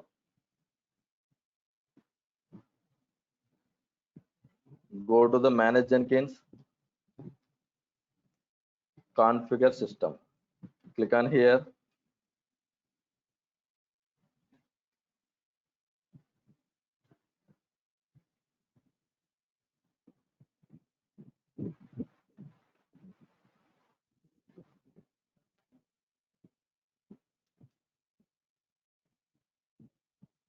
Right now, try to search for Sonar now. Right now, you can find because the plugin we have downloaded the plugin. That is the reason you can see the section. Earlier it was not there. Right. So now click on the button add Sonar Cube. Select it. Name. Provide a name for the identification. Right. This step is done. Now we are at here. So now here I'm going to use the name Sonar Cube and the path. Right. So let me go here and give the name Sonar Cube and my path. The path is nothing but our Sonar Cube server path. Copy, paste. Here, what we can do here is actually, if you guys have set up this Sonar Cube server, Jenkins, then you are going to use the public IPs. Right. So now what we will do after the practice, we are going to stop our servers. Once you stop the server, then we are going to restart it. Correct? When you want to practice it again, we are going to restart it. Then your jobs are going to fail because this IP is going to change. Correct? So if you guys observe or not, right? Because we are in the public cloud. In the public cloud, whatever the instances we have taken, those will be allocated with one public IP. Right. So once you stop the server and start it, this IP is going to change. Right. So now already I have a setup. My Jenkins is running and the Jenkins is integrated to the Sonar Cube. Now today I have stopped it. Now tomorrow I have started it. Then what will happen? The Sonar Cube server is going to change. Now here when you are trying to run the job on the Jenkins, it is going to search for this server. Now the server is not available. Then your jobs are going to fail. So to avoid this thing, what we can do here is we can take the private IPs. So now the private IPs are not going to change. This one. Only the public IPs are going to change when you restart the server, but the private will be static. Right. So now what you can do, simply can take this private IP so that even though you stop and start, you are not going to face any kind of authentication issues or non-reachable issues. The server is not reachable, something like that. Right. So now here the authentication, if you have a separate usernames and passwords you are going to use for the project level, then set up the passwords like your authentication. So as of now here we don't require any separate authentication, automatically it's going to select connect. So now I'm not going to use the authentication here. So now it's simple here, the name Sonar Cube and the IP and followed by the port number of the Sonar Cube server, then apply and save it.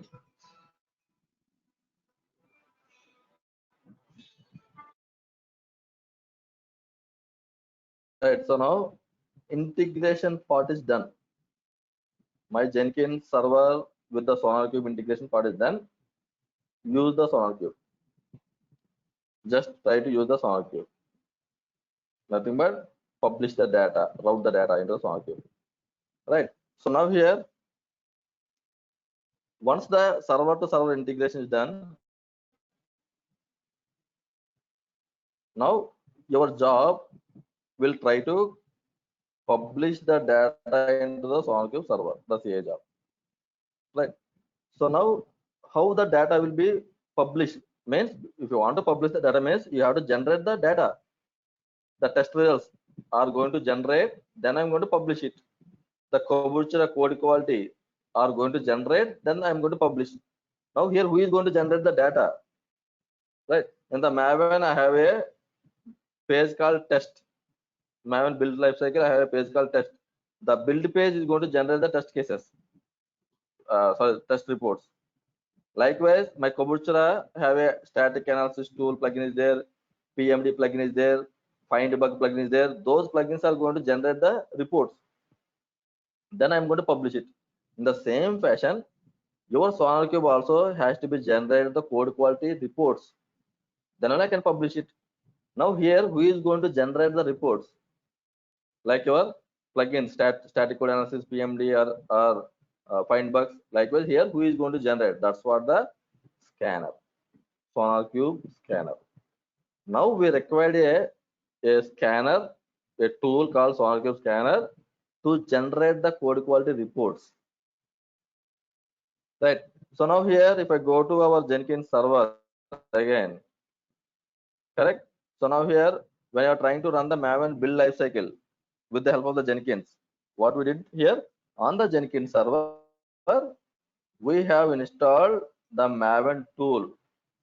Then the Maven going to utilize or going to use the Maven build commands, clean package, the other commands, and is going to run those the lifecycle.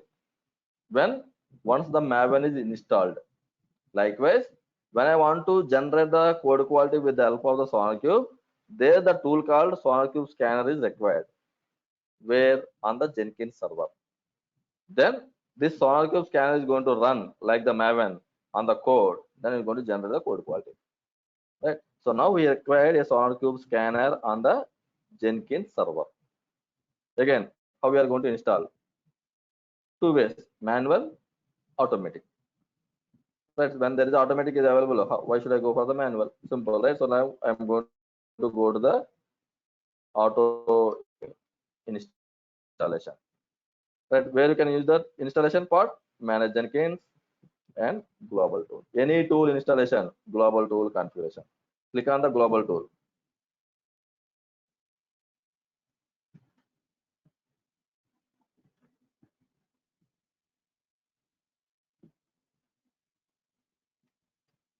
Right, so scroll down here, you can see Sonar scanner for MS build, SonarQube scanner. By default, we are not going to get. Remember, guys, by default, you are not going to get until unless you install the plugin. When the plugin is installed, then only you are going to see these options. Otherwise, no. Okay, right. So now here, our code is Java code, MS build for the .NET code, and this is for the Java, the other code. So now we are going to use the SonarQube scanner. Click on add. Give some name for the SonarQube scanner. I have given the name called SonarQube. This is the name for the scanner. Likewise, same the version control. Sorry, the versions for the scanner. We have multiple versions. Select it. Auto installation. Apply. And save. Right. So now the SonarQube server is ready. The server is integrated with the Jenkins by using configure system. To get the code quality reports, we require a SonarQube scanner.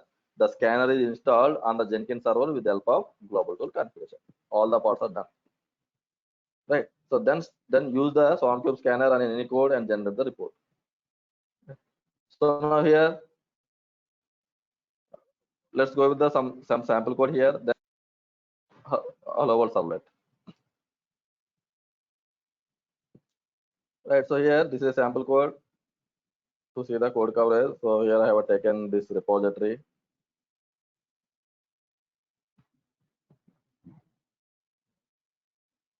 Click on new item,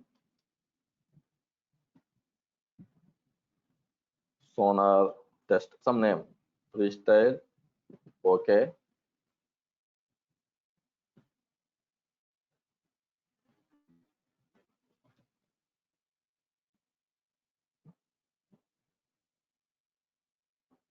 Source code management, git, path.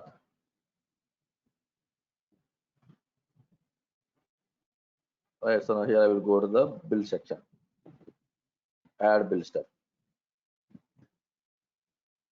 execute, sonar cube scanner is the option we are going to see. Select it.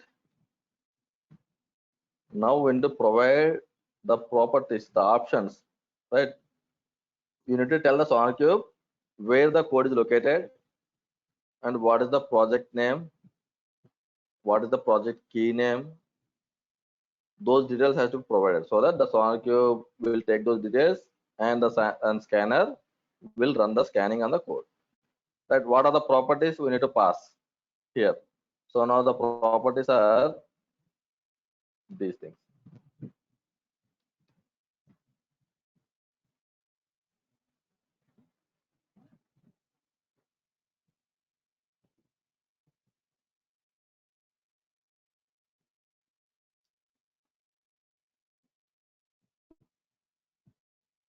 These are the minimum properties. One is the project key, sonar.project key. The second one is project name, and the third one is version, and the fourth one is source, where the code is located. So now here I am going to use test project, sonar test, some name, any name you can pass it here. Right, this is for the identification of the project, and this is for to check the code quality gates. To check the code quality, I will show you how to check the code qualities. This is for to check the code quality gate, and this is for the identification. This is a version, right? Because it is going to store the data also, right?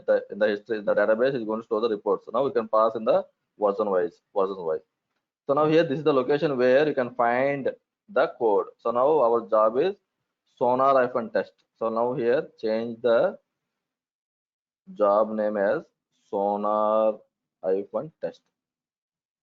That's it.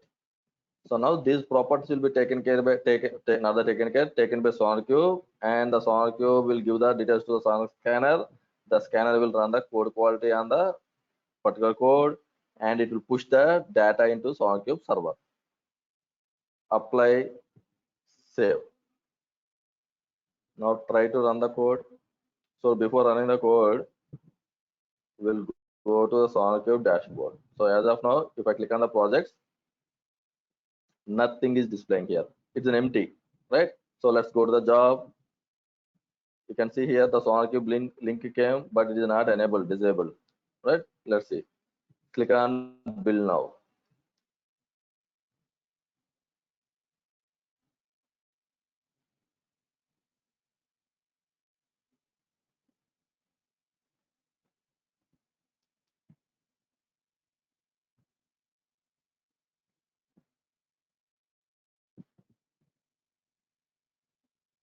Success. Right here you can see sonar cube scanner successfully executed.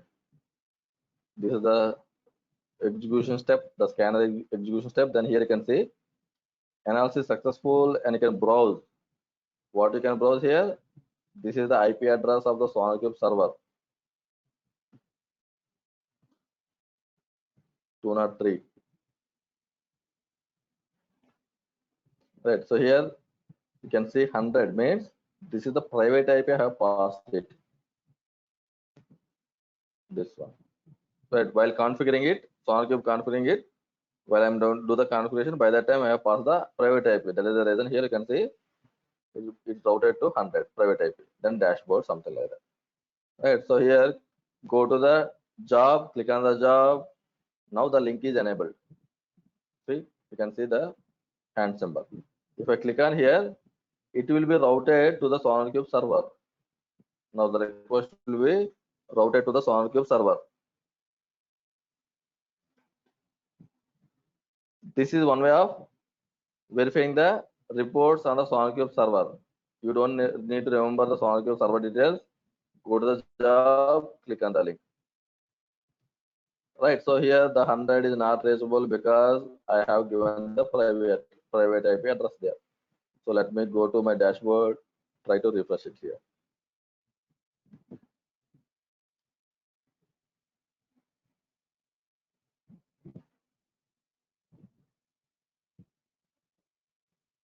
Right, we can see here, right, because the server, the application can be accessible with the public IPs, not the private IPs.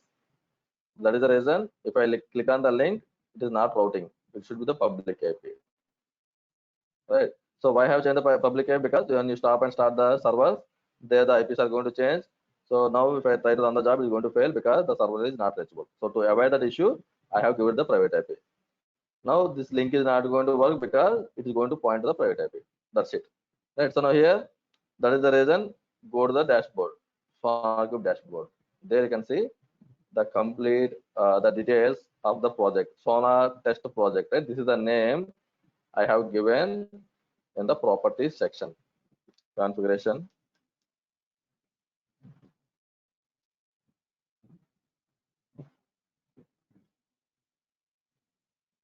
Sonar test project. Sorry, this one, Sonar test project. The same name we can find here. So now here there were no bugs, zero, no vulnerabilities, zero, no code smells, code cover zero, nothing. I mean, it is a clean code. It is a clean code, no issues. That's what it's saying here is. If I click on the project, you can see the detail section, here. Okay, right. So now here we need some kind of issues so that we can easily understand these options. It's not like 000. Okay, so right, this is a sample code. I would like to show you how the project, how the data will be pushed to the SonarCube. Now we'll go to our project. What are the project we are trying to work with? There we can try. We'll try to see whether it's going to generate any issues, means any bugs are there or something like that. Okay, let's, before going to that, we'll take a small break here, 15 minutes break. Okay, then we'll come back. Right, guys?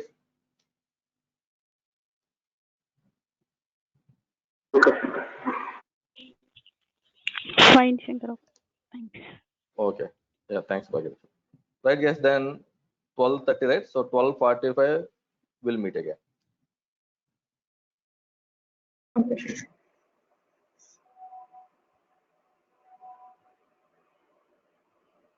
This conference will now be recorded. Okay. Well, right. So here in the development branch, I don't have the project.properties file. The file should not be present. That is my intention actually, right? In the master branch, I have the file. That is the reason the job is failing. This job is failing. So Shankar, now I, Shankar, yes, if you yes. don't mind, before starting recording, you pasted that sonar properties, right? Can you show it once again? Yeah, sure. Yeah, we'll go there actually. No worries. Yeah, Yeah. we'll go to the job. Yeah, Okay, I will fine. show it. Right. So here, the branch I have changed it. So that is the reason you can see here the development branch from master to development branch. I can see there I don't find the properties file. Right. So now I will go to the job again. Right. So here it is looking for the pipeline. Right. So in the path where lib Jenkins workspace pipeline. So now let's go to the job again and go to the configuration again, the job configuration. Now go to the build step. Right here, if you observe here, the properties, no pipeline, hello world servlet is given. I have given, right? So now here my job name is CI-job. Whatever the job is there, the same job I have provided, right? So now here, since the file is not present on the repository, now your job has to pick these properties. Okay, means the job has to go to this location and it has to generate the report with this name, hello world servlet. Now apply and save. Now try to run the job again. Click on build now.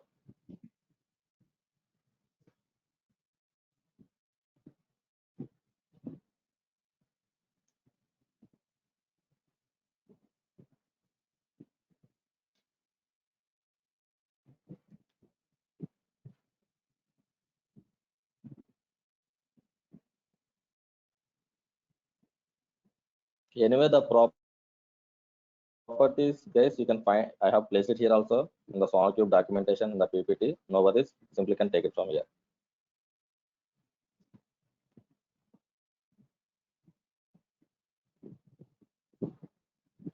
Again, the job got failed.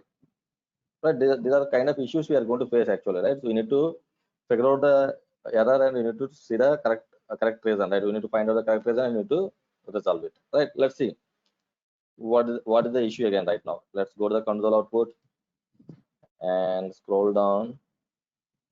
Again, the same SonarCube is failing, right? So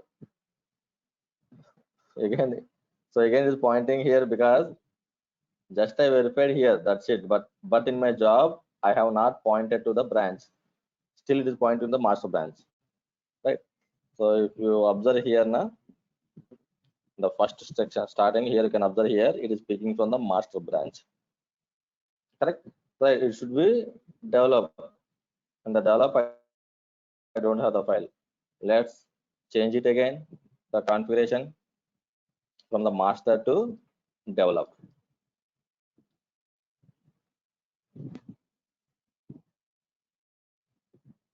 Develop. Apply. Save. Build.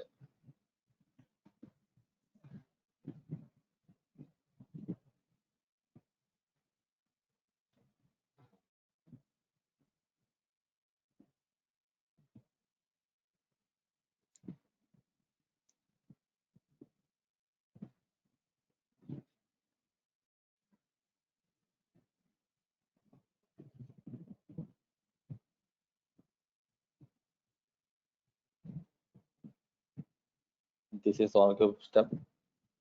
SonarCube started here. And the CA job, right? Again, it is failed. Let's see now what is the reason. Right, again the SonarCube step only failed. Now here you can see the error got changed. Right, now this is a new error. Please provide compiled class of your project with the property called sonar.java binaries. Okay, means now this Java code, what are the Java code you are using to generate the code quality? The Java code compiled data, compiled classes are required to generate the code quality for the SonarCube scanner. The property name is sonar.java.binaries. This is only for the Java case, not for the .NET or other languages. Okay, this is for the Java case. So now here I have saved this property here. Nothing but wherever the class files are located, the class files location has to be given to the property. So let me go to my Jenkins server, right? So here, where is our Jenkins? This is our Jenkins, I think.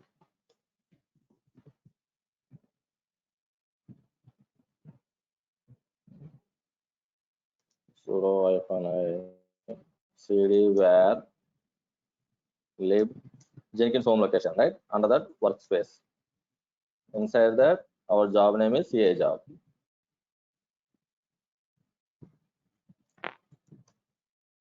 Inside that, we are going to find a directory called target ls. This is the location classes, right? So when you run the maven build page, maven test or maven package or maven install, right? So now here, at any case, it is going to compile the code, validate, compile. Compile is the second phase. So once the compile page is going to execute, in the location, right, wherever the code is there, in the location, you are going to see a directory called target. A target directory will be created, and inside the target directory, this data is going to generate. In the data, one of the directory is classes, class files. Now this location is asking the SonarCube, the class files location. Now here, provide the location. That's it. So now wherever the class files are stored, provide that location into the property called java.binaries. So now here, I will go back to my SonarCube and I'm going to set the job and go to the configuration and again go to the build section. Right, so now add this property, add the Java binaries property. Right. So here my job name is not the SonarCube demo. Change the job name to CI-job. That's it. Target class is the same, and this is also same. Just only the job name has to be changed. Apply, save. Now without any issues, now it has to be executed successfully, and the data has to be published into the SonarCube server.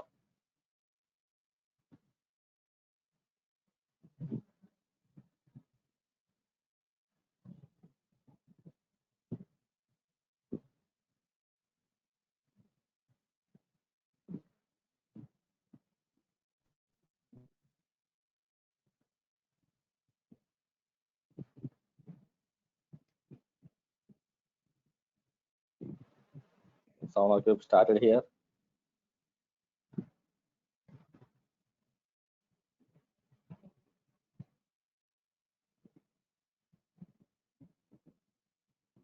Now you can see success, execution success.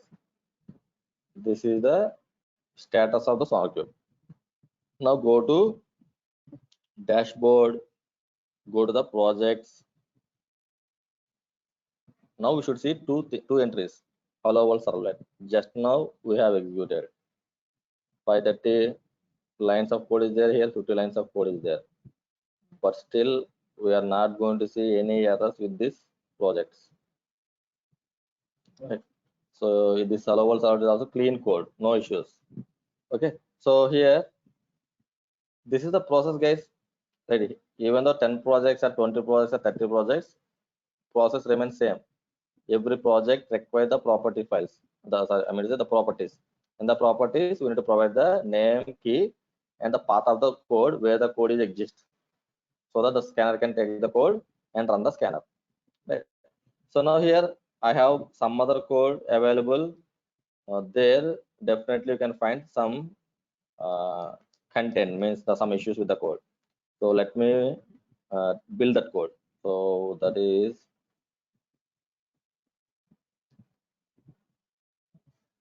Hello, Shankar. COURES repo.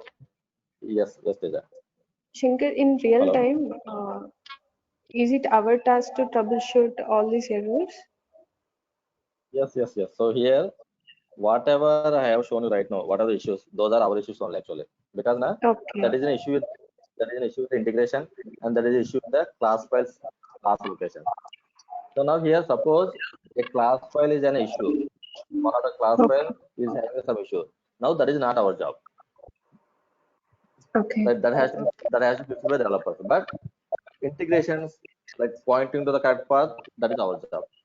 Because right, so here you can observe here, this is our Jenkins server.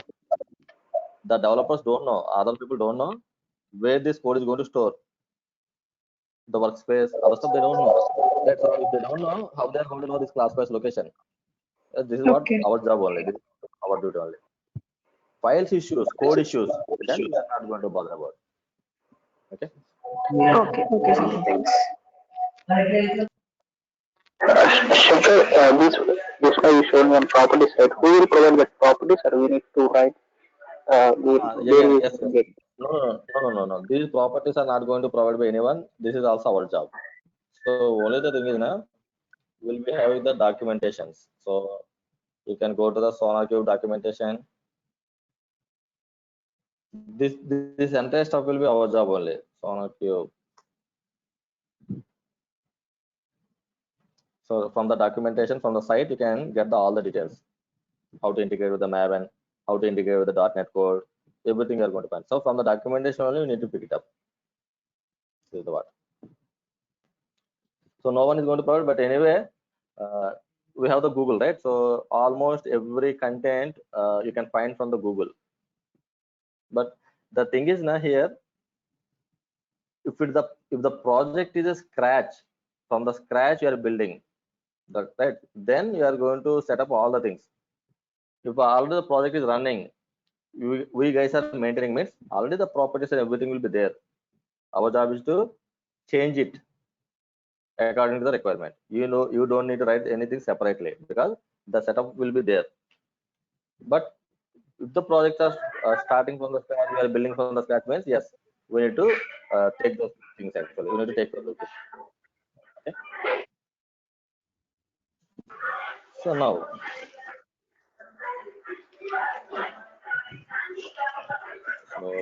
yeah. So let me take some other source code repository. This is my one of the repository called Jewel. I will give you this repo guys to you so that you guys can practice it. Okay. So here, this is the master branch, and then the master branch. I can have this. I can see this file is available. So I don't need this branch. Let me create some other branch.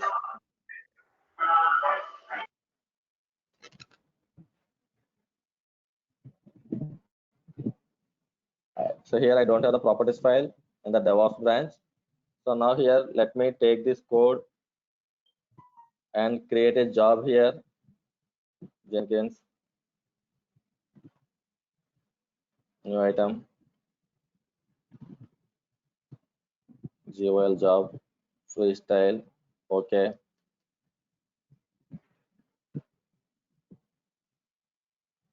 Source code, git, here my branch is DevOps. And in the build section, scanner, and let me take the properties.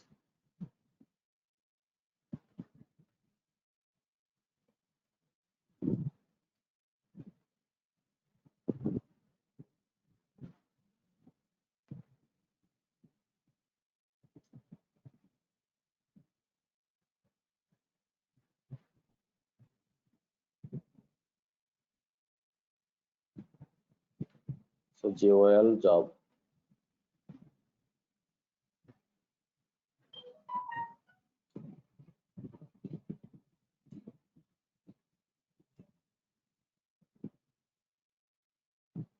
So here, I don't know where the target class files are going to generate for this. So that is the reason I have removed the rest of the part. Apply, save, and try to run the job.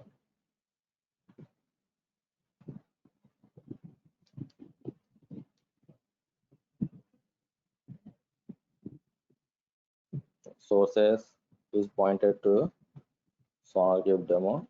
It should be our job name. Control C, Control V, apply and save. Now build the code.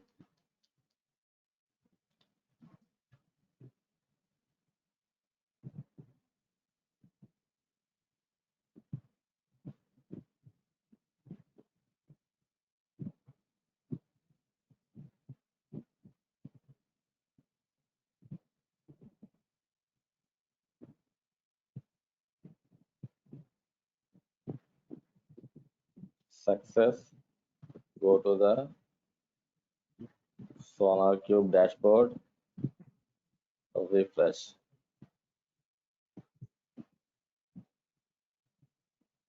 Right now, see here you can see some data. Bugs are there, vulnerabilities are there, code smells are there, zero coverage 1.1. Right. So this is some code, some different code. So 6.1K lines, code lines are there here. Some kind of big project it is. Now let's try to understand the sections here, the SonarCube sections. Okay. Right. So here the first one, the projects are nothing but your list of repositories. Each repository is nothing but a project here. Each repository is nothing but, right? So now here, these are the projects and nothing but the repositories. You can take it as a microservice or a code or whatever it may be. Your code base. Your code base can be found in the form of repository. I mean to say project in the SonarCube here. So now I want to see more details about the project. So that click on the project. Now here, the verification job is not ours. The job means the verification means the project verification.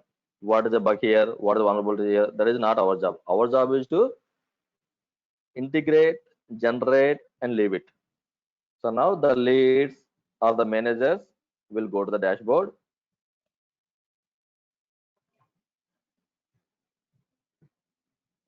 go to the dashboard here, then they are going to select the project, whatever they want to verify. Suppose these are the clean projects, no issues. Now this guy is having the issues. Now let's see what is the bug here. Now what they will do, they'll simply click on the project to get the more details. So it is going to show you the in detail wise. So now here, whatever the bug I want to see, click on the bug like this. Like this, the details of the project you can verify something like that here. Okay, so we'll come back again. We'll come back this part. So let's try to understand this section. Then we'll come back here. So now here in the project section, you can see our project details, and the next one is issues. Right. So on the projects wise, so whatever the issues we are seeing, those you can find here, the issues list.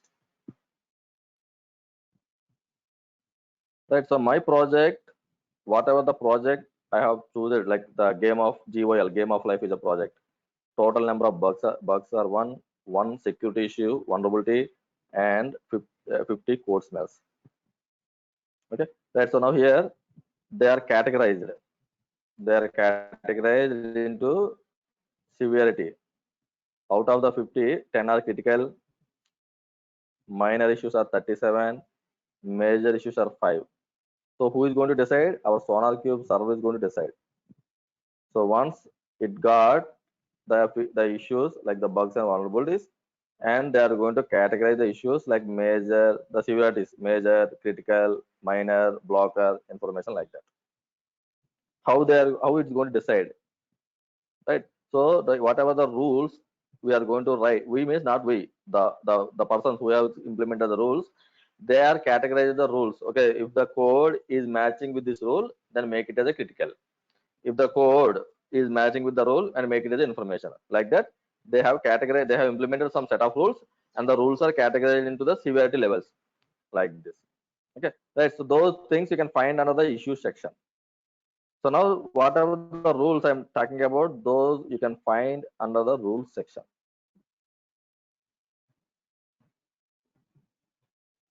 These are the rules, right? So now here you can see the rules on the language wise. Now for the Java they have written 452 rules, for the C# 330 rules, and Python like that. Then these rules are categorized into bugs, vulnerabilities, and code smells like that. So if I take the Java as an example, if I click on the Java, right? So now these are the rules they have written. Equals to should not be used to test the value of atomic classes. This is a rule they have written. Now suppose if the rule is met, then it's going to treat as a bug. Like equal to plus should not be used as instead of plus equal to. You have to use like this. You should not use like that. If the developer is use something like that, then it is going to raise as a bug.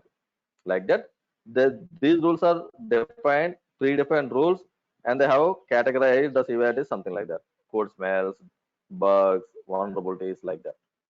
So now what the Sonar scanner will do, when it's going to run the scanning on the code level, if it is a Java, then it will take the rules of the Java, these rules, and it will try to match with these rules. If any code is matching, any code block is matching, immediately it's going to raise the bugs or code smells like that. So that is the reason you can see on the code level 50 code smells are there, right? Because these rules are what are the rules are there for the code smells, those are matched on the code side, right? So likewise, the rules you can see here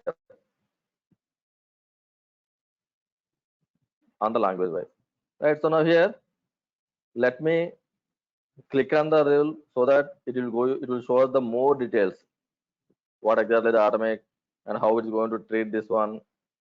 This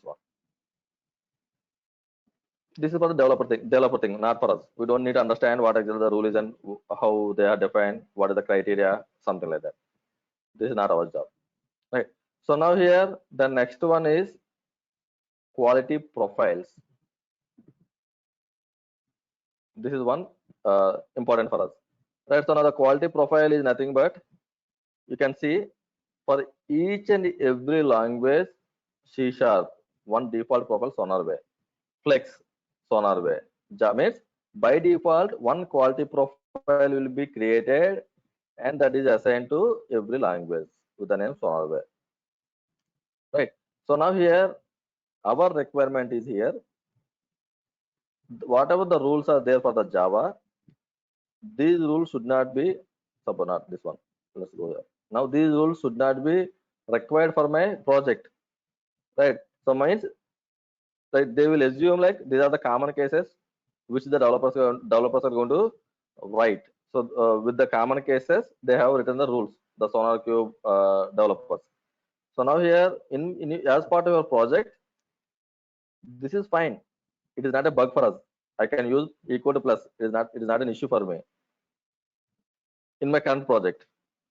But your SonarCube scanner, like our SonarCube scanner, will raise a bug because it is you have written something like that. It is expecting something like that.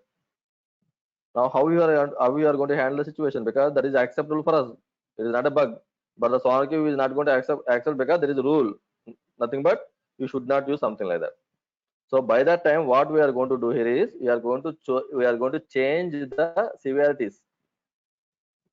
Now I am going to change the severity from the bug to like what is called normal. From the bug to normal. So means so that we can skip that case. So SonarCube is going to skip the case, even though if it is encountered, then it's going to give us like information. It is not a blocker. It is not a bug for us. Like that, you can change the severities and the bug types. Like, but you cannot change the default ones here, right? So this is the Java 452 rules are there. If I click on here, I can see the more details, but I cannot change the severity or the bug type. I cannot change it. Means you cannot change any default rules or any default profiles. Now how can I handle this one? So there we require to create our own profiles. That's it. Right. So we require to create our own profiles, and those profiles has to be used for the scanning. Then on the custom profiles, you can change whatever you want. So that's where the profiles came into the picture. So now here, these are the default profiles which are created, which are taken by SonarCube. Now, some rules I want to ignore, or some rules severities I want to change, or some rules bug types I want to change. So there, the default ones you cannot modify. So that is the reason we require to create our custom profile. Suppose I'm going to take the Java, default is SonarWare. There I cannot do anything. What I'm going to do here is I'm going to go to this section and I'm going to create a copy. My SonarWare, some name, click on copy.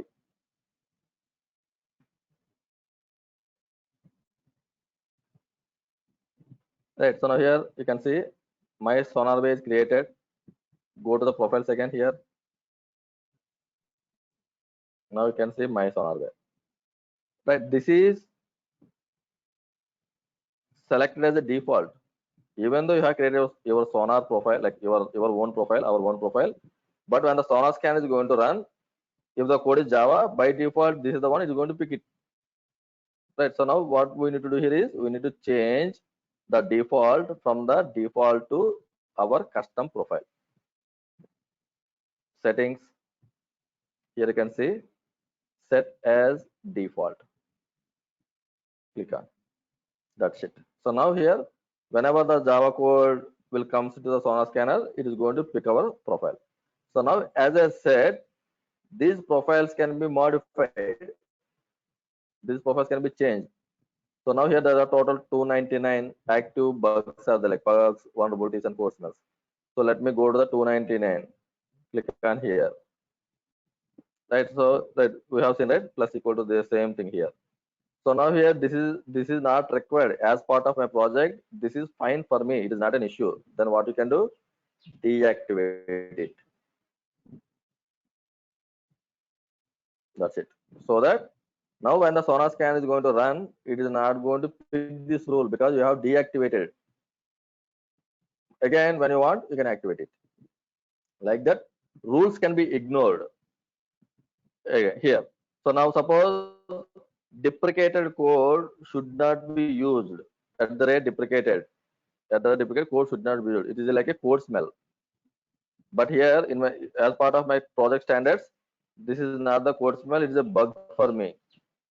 Means I have to change the bug type. So what I can do here, simply click on the rule and scroll down here, and you can see here you can change the type. Change. Like so minor, major, blocker, something like that. As of now is minor. So now I'm going to change it as information. This is the severity. This is the severity actually, right? So bug type. I need to change the bug type also.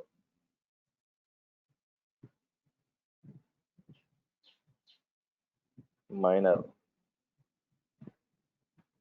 bugs. Bugs here. I want to change the bug type.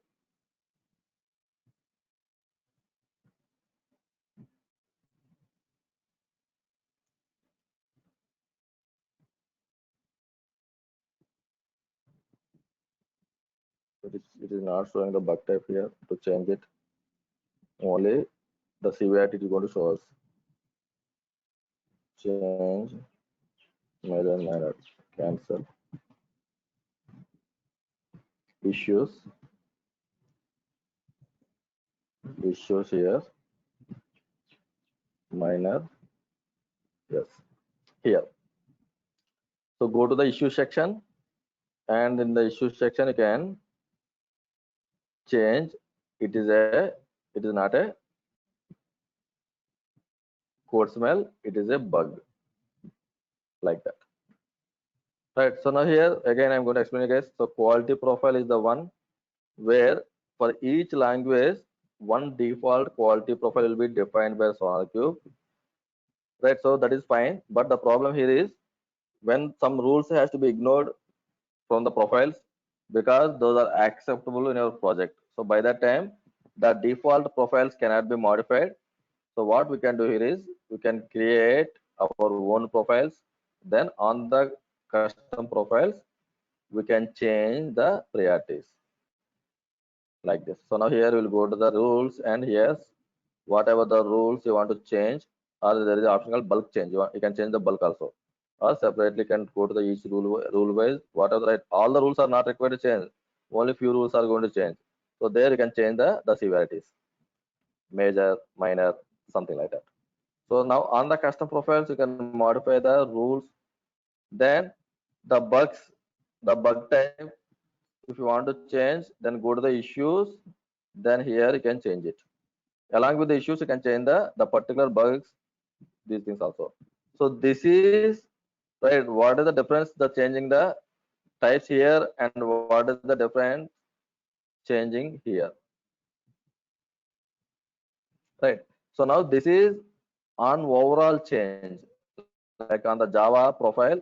This is the Java profile, and this once I change this profile, so any project using this Java profile, so whatever the changes you have done here, those will be applied. But here this is particular project level, my GOL project. For the project, these are the issues. Only for this I can change it, not to all the projects. Right? That's what the difference here and here, and here. Right. So now here we'll discuss about these options later again. So now here quality profiles. So that's what the quality profiles. Then the next one is important for us again, quality gates. Right. So as I said, in our continuous integration process, we are going to check two gates. One is unit test cases has to be passed. Then only you are going to go for the next phase. The second one is code quality should be passed. Code quality should be passed.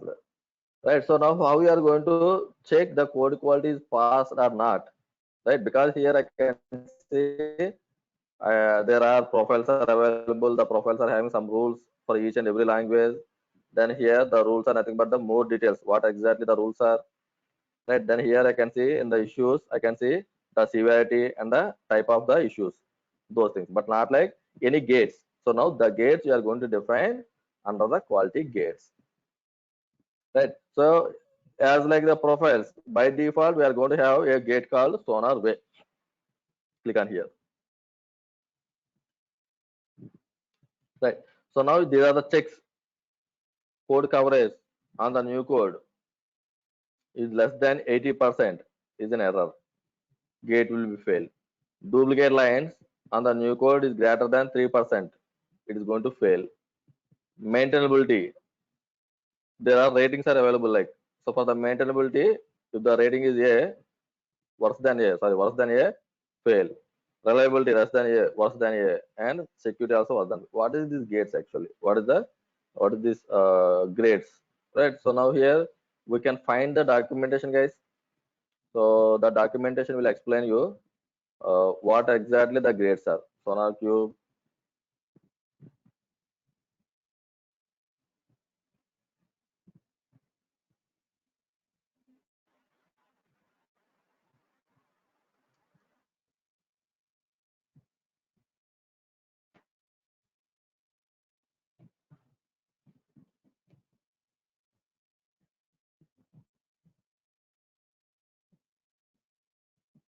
There is about the quality profiles, and here this is complete SonarCube documentation. You can find everything of the SonarCube.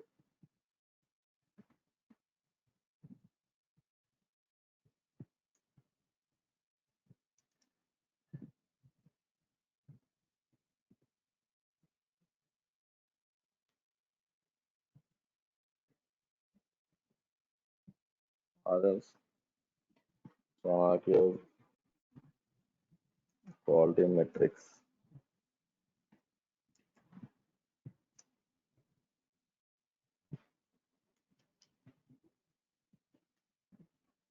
And here you can see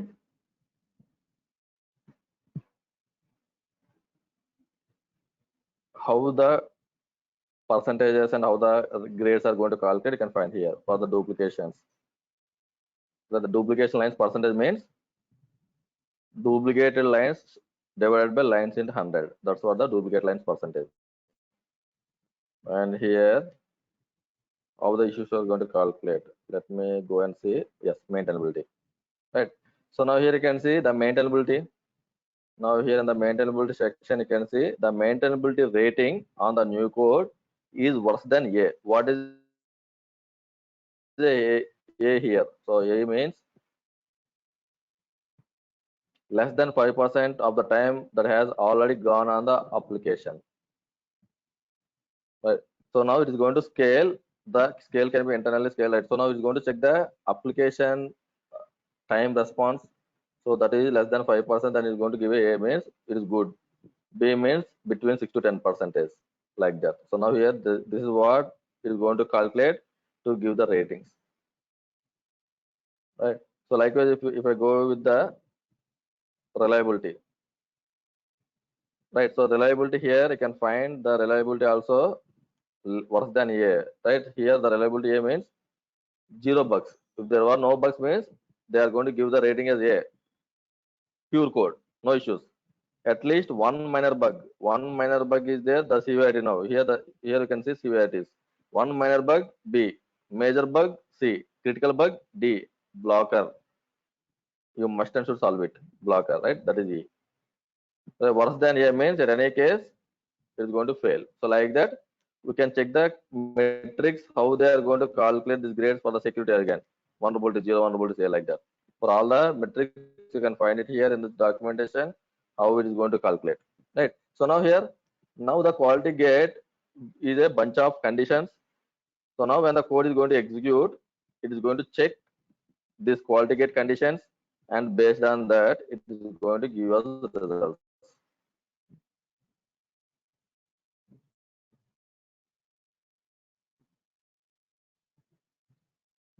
Right. So it is pass. Now these are the quality gates results. Pass, pass, pass. Right, because everything is matching here. Right. So here this is not taking the bugs because one bug rating A rating is there, but here BC means it should fail actually. But anyway, the quality gate is not taking. That is the reason is pass, but it should be fail. We'll see how to fail it anyway.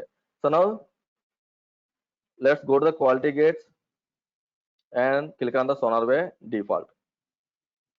Right. So now here in my project, I don't require to check all the conditions. I don't require. I want to have my own conditions. Right. This is the default they are suggesting us. But in my case, I don't need all the things. Simply, I want to have few conditions as part of the requirement. Then what we'll do? We are going to create the quality gates. Some name, my sonar, save. Shankar. Now, yes, Krish. Just a quick question. So with the rule customization or the profile customization, so Okay. is it a part of the job for the DevOps team or the development team? No. This is the part of DevOps only. DevOps. But But how can we yes, exactly. categorize if Yes, it's a bug, exactly. if it has to be treated as a bug, or if it has to be treated as minor or major? So do we get a documentation from the development team? Or, Yes, exactly. So now here, nothing we are going to take our own decisions. If suppose duplicate lines 3%, it is not our own decision. It is going to give us by the team, the development team, the managers. So they will now the DevOps lead or the architect and the development lead or the development manager, they will sit together before taking a decision. So then they will decide, okay, these are the rules has to be given, check against the code, these conditions. And these are the rules has to be modified because these are not the part of our project. Then once they have taken the decision, then the documentation is provided to the DevOps engineers. Then they will start working on that like that. Okay, So thank you. not, but we are, yes, please. But not, this is not our decisions actually. Our job is to set up. But how to set up? How to set up means that is not our job. But yeah. We Yes. just implement them, but we actually get the whatever the documentation is from the development team. Yeah, exactly, correct. So this is not our own decisions, correct? Yeah, correct. Thank you. So now, so now here, my own quality gate is created. Now here, let's put the conditions. Add a condition. Suppose a simple example. These are all the conditions actually, right? So here I will take duplicated lines, right, is greater than, or else not the duplicate lines percentage. We'll take the duplicate line percentage. Percentage is greater than some 3%. Is error. If it is greater than 2%, it's going to show as warning. If it is greater than 3%, it is going to throw an error. Like quality gate will be failed. Then likewise, you can add multiple conditions. Then we can save it. I have added it. Then I want to change my quality gate from the default to my custom quality gate, set as default. So now going forward, all the projects will be checked against the quality gate. Nothing but the only is going to check the duplicate lines, not with the default. Right. So now here, let me go to any one of the project, select, and go to this particular project.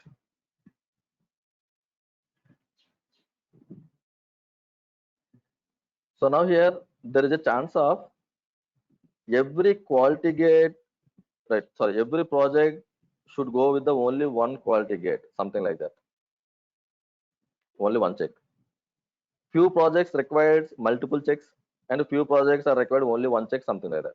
Means there is a chance of different quality gates has to be executed against the particular projects. Not like a single quality gate. Yes, there is a chance we are going to do something like that. So we are going to create a different quality gates for a different projects. Now the quality gate has to be applied for the particular project, not to all. But suppose if I give as a default, it will check against all the projects, irrespective of the project, whatever we are going to create on the Sonar Cube, it is going to check all the projects. So now here, how we are going to handle such kind of situation? A separate project, they require a separate quality gate. So that things first, let's create the quality gate, something like that, right? Right now I have two quality gates. One is my sonar, and the second one is SonarWay. Now I want to give my sonar, or suppose let me take it to the default, set as default. So for all the projects, this is going to calculate, this is going to execute. But for my one of the project, I want to check my custom quality gate, my sonar. So then what we are going to do here is we'll go to the projects, and whatever the project you want to point to your custom quality gate, go to the particular projects. Then here you can see a administration, right? This is an administration over the sonar cube side, and this is the administration for the only this project. Click on the administration. There you can see quality gate. Select it. Now here default sonar way is there. Change it to my sonar. So likewise, we can create the quality gates, different quality gates for the different projects. Then here by using the administration tab of the particular project, you can point to the corresponding quality gate. This is the quite common scenario for us actually. Okay. So this is one thing on the quality gate side. Then administration side. So let me go to the admin section. So there we can find different options here based on the language, right? So if I go to the Java, from the Java side, what you can configure here: Java reports, JUnit reports. Those are going to be configured, but these will be coming from the Maven or some other tools, right? So those you want to configure, you can configure. Like each and every language, we are going to see the language specific properties. So now here in the administration tab, we are going to see apart from the language specific configurations, right? We are not going to use much these things. We are going to leave with the default ones only. And here from the security side, to manage the users, so whom you want to give the access, right? The teams, we require to give the access to the teams basis, and what kind of access you want to provide, nothing but the permissions, users, groups, right? You can create the users here, create a user. You can create the user like Shankar.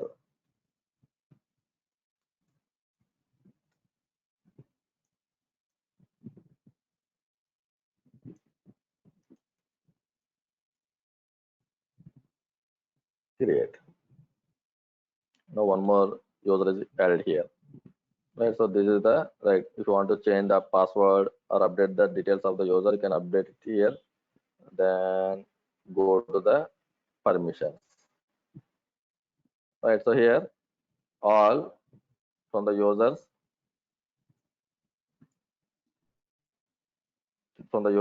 Shankar, what kind of access you want to provide, right? Suppose he is a developer, you should not give the admin access, right? So only you can create the projects, you can execute the analysis, these two, not the administration side. Likewise, we can set up the permissions for the all, like or the user level or the group level. This is the permission thing. So a templates can be created and these templates can be applied.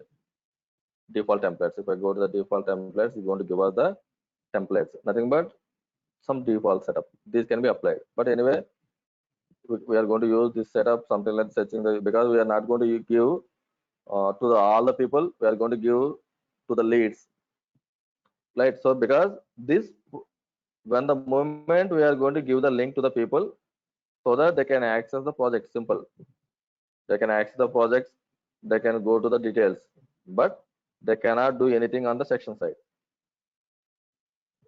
Everyone will be having the read access. So now only the few people are required to create the projects and to do some kind of modifications. So now to handle these things, only the admins are the DevOps. So now no more admins are there. Only we are going to handle. We are the people who are going to handle this section. So we are not going to give access to anyone apart from the DevOps. Sometimes the leads are required to create the they need a creation of projects, executing those projects, something like that. There we are going to give such kind of access. Otherwise, we are not going to give any access here. Right. So now here this is one thing, and in the administration tab, if I go here again, projects, nothing but these project details only, management of the projects or project details. So you can delete it and you can edit the permissions on the project level, on the project level. So then this is what the system information, our SonarQube server details, just for info sake. What is the version, where the SonarQube is installed, right? The unit of code, the web information, front end information. This is just kind of information. And the SonarQube is going to support some other tools also. Like these tools also can be integrated with the SonarQube, BSL community, 3D code metrics, and Symbol unit, like extra plugins. We can call it these are the plugins. So now these plugins can be integrated, right? As I said, FXCOP. Right. So FXCOP is like a checking the security issues. So if I want to integrate this one, simply click on install through the GUI.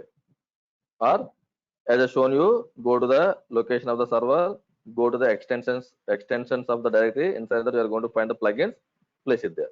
So likewise, you can go to the marketplace, you can integrate the other plugins also, like this.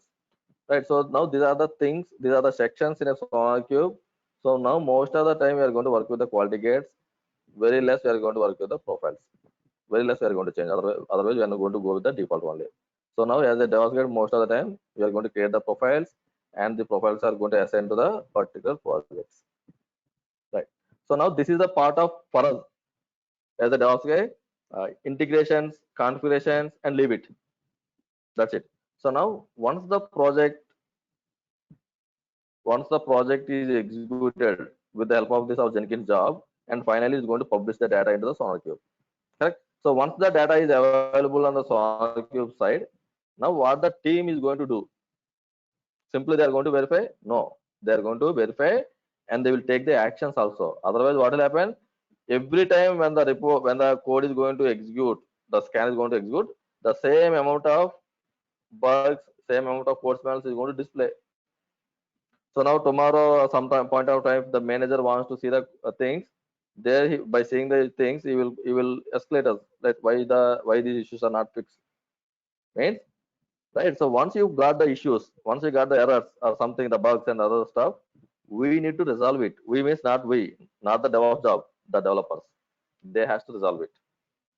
Then they has to give the details to the SonarQube. That is what I fixed it. Then in the next scan, it is going to eliminate those rules. I mean those issues.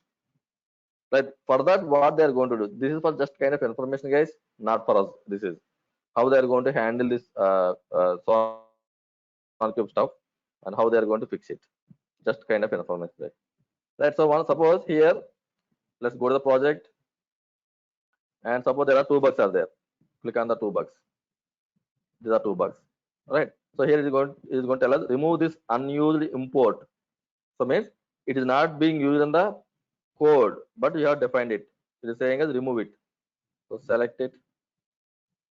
Now here, this is the one. com.vacala.gameoflife.web. Right. This is the one. It is not using, remove it. And from the code side. This is the code actually. Right. So now this is minor. Okay, minor can be ignored, but this is the major. Yes, you have to take the action. Either re-interrupt this method or rethrow the interrupted exception. This has to be changed. It is a major. We have to fix it. So then what the developer will do, once they got the report, they will go to the bugs and they will see, okay, this is the report, or this is the issue. Then the first thing will be assignment. Right. So now here, maybe the team, the project, the team size is suppose 10 people. Usually we means the developers are going to have their regular work, regular development. And within the development, whatever the code they have implemented on the code, these are the issues they are facing. Suppose on a separate a piece of code is thrown of 100 plus issues, 100 plus bugs. So now if I assign the 100 plus bugs into one developer, then the entire day will be gone for the developer. You cannot show any productivity. So then what the leads will going to do, once they got the report, they will go to the project issues. Now in the issues, what are the major are there? So this is the major. This minor can be ignored. Likewise, they will first validate all the issues. They will verify all the issues. critical. This has to be resolved. So now what they will do, simply they will assign it to the team Shankar. Then this issue will be assigned to the developer Shankar. Now what the Shankar will do, he will verify this code based on the suggestion, or what are the fixes there. I am going to fix it. Now once I fixed it, then I am going to open this role, and here I am going to resolve. I am going to confirm. First I am going to confirm it, so that acknowledgement. Then later on, once the issue is resolved, this always fixed. That's it. So this is the duty they are going to do. Now the leads are going to assign the bugs to the teams, and now the team will start working on that. Once the thing is fixed, then they are going to make the status to something like fixed. Now when the scan is going to happen again, right? Because here is the code change, and I need to go to the code, and in the code I need to do some changes. Once the changes are done, again I am going to push the code back to the source code management. When the moment we got the moment we got the code, then again the job is going to trigger. The job is going to execute the sonar scanner again. Now the sonar scanner, when the rule is hits, it is going to see the status. Okay, this is fixed. Ignore it. Right. So now the ignore is not going to show us like that. The team is going to work on the issues. Right. So here something is there. Resolve as sometimes very rare, very rarely people use to ask this question actually. Resolve as false positive. Right. So here this is nothing but this is not an issue for our project. Actually, this is an issue. It is going to show as a major as part of the sonar cube. But for us, this is not an issue. Like we can accept it. It is acceptable. So then here, what they will do, instead of fixing the issue, simply they will make it as a resolve false positive. So don't consider it. Leave it. Next time, it won't consider. So this is what they are going to do, like from the developer side. So this is the sonar cube stuff, guys. Okay, so these are the sections, and out of the sections, this is the one important for us. Then we are going to see this quality person, blah blah blah. Right. So now let me go back to our Jenkins and click on the Jenkins.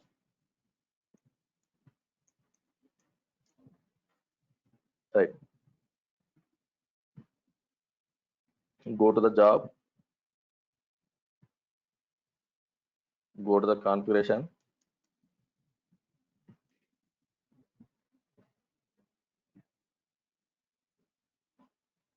This is the property section where we are going to configure so that your Jenkins and Sonar Cube is going to communicate one each other, and with these details, the data is going to push it to the what is called our Sonar Cube. So now here, as part of the process, I need to check the quality gate. Right. So here I need to check the quality gate.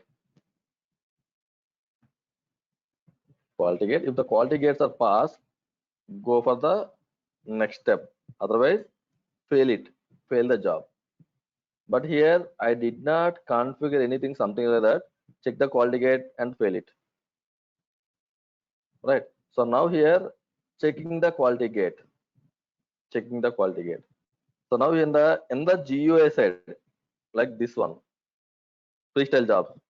To check the quality gate, again it is a plugin for the GUI side. Right. So now here, go to the Jenkins, manage Jenkins, manage plugins.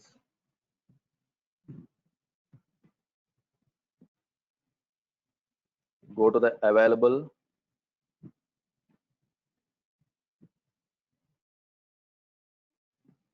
Check for quality gates. There are two are there, sonar quality gate and the quality gates. Okay, let me download these two. I'm not sure which one is the correct one. Let's see. This is 5.6 plus. Let's see. because we are not going to use these plugins in our real time, we are going to go with the code thing. So to check the quality gates, but the freestyle jobs are require the plugin to check the quality gates. So now here restart it.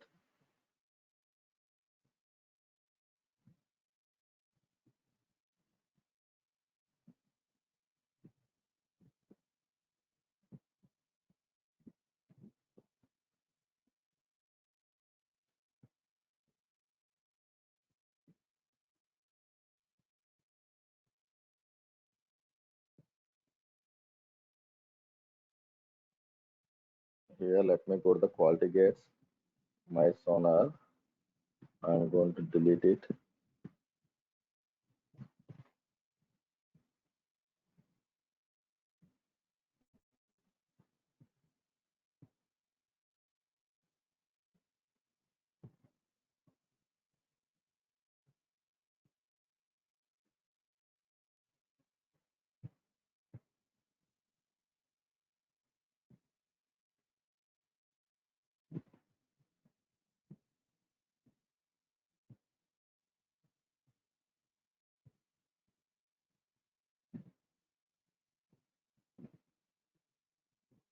Reliability rating always less than A.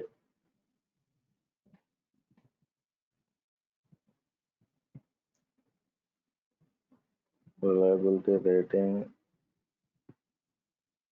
worse than B. Warning worse than A. Error add. Something I have added reliability rating. Then this my sonar, let me set as a default as of now. Now go to my project, Shankar.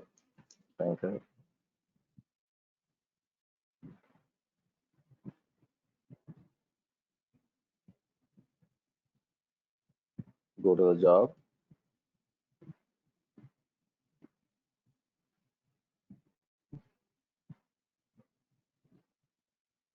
go to the configuration,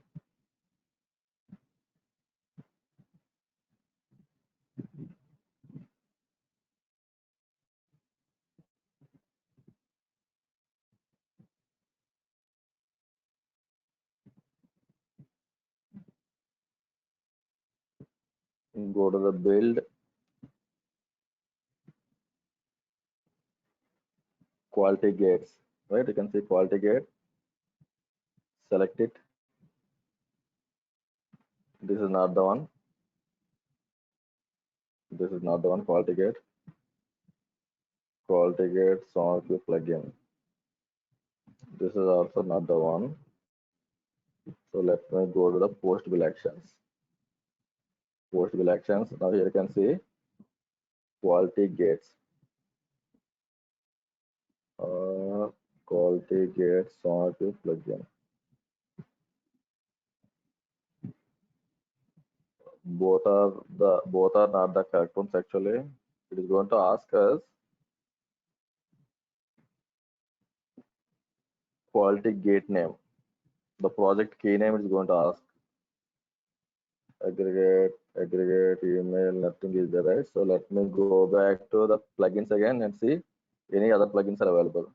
Manage Jenkins, manage plugins, leave,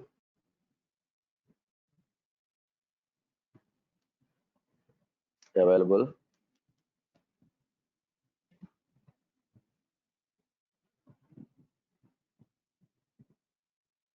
quality.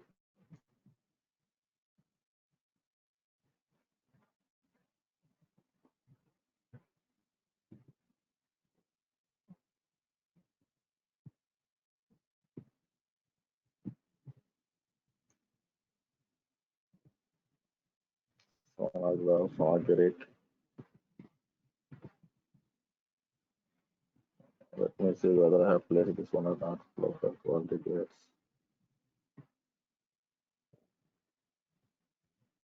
Not it, so.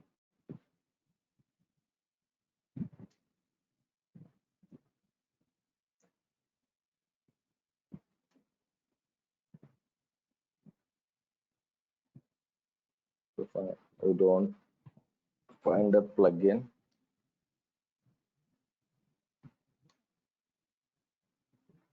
Configure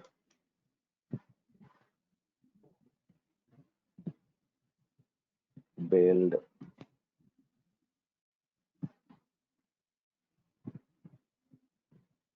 quality gates.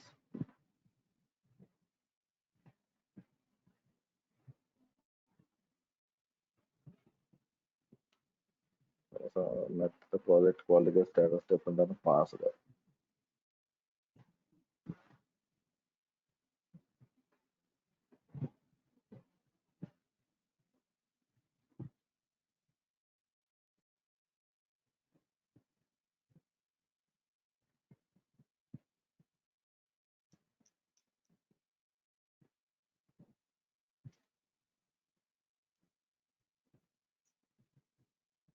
Let's see. Let's try to execute this one and see what will happen. Apply and save. Yes, this is what actually project key is not found. Project key has to be passed to the quality gate. Then only it's going to understand. Okay, this is the project key, so that I need to check the status. So, but here the plugin is not asking the quality gate. That's what project key. That's what I'm looking actually. Quality gates.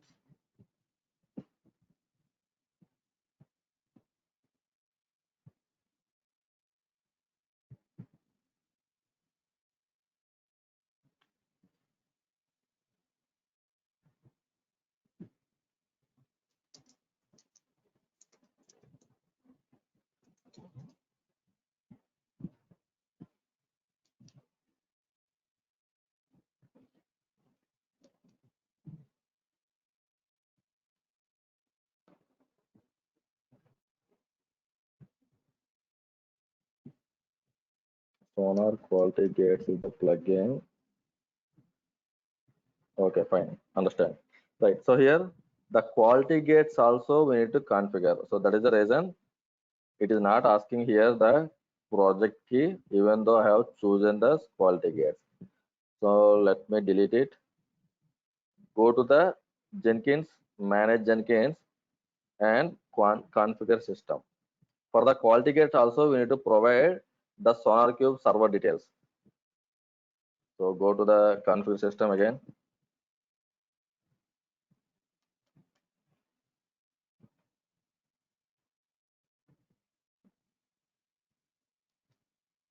Find for quality.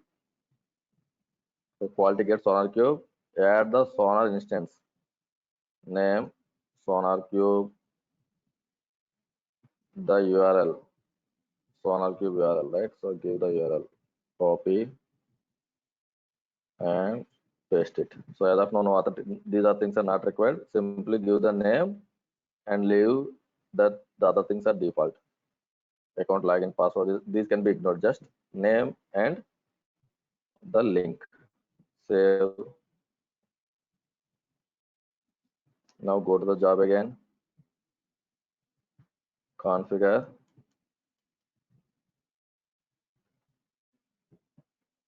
Build.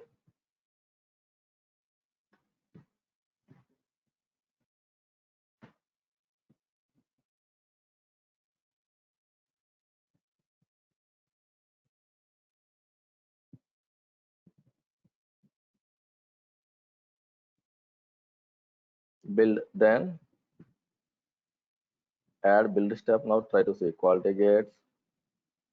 This is not one, and the second one is quality gate plugin.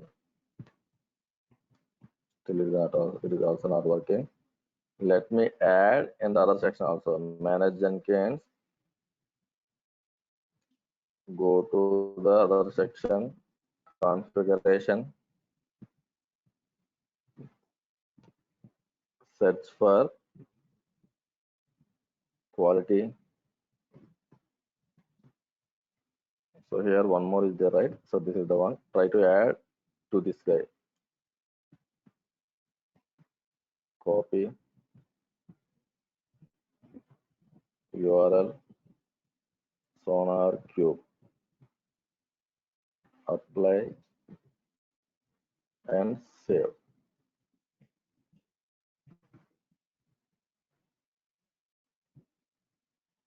Go to the job configuration again. Configuration.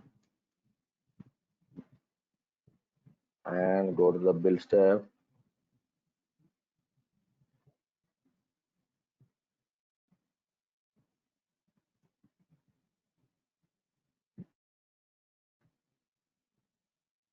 Now see.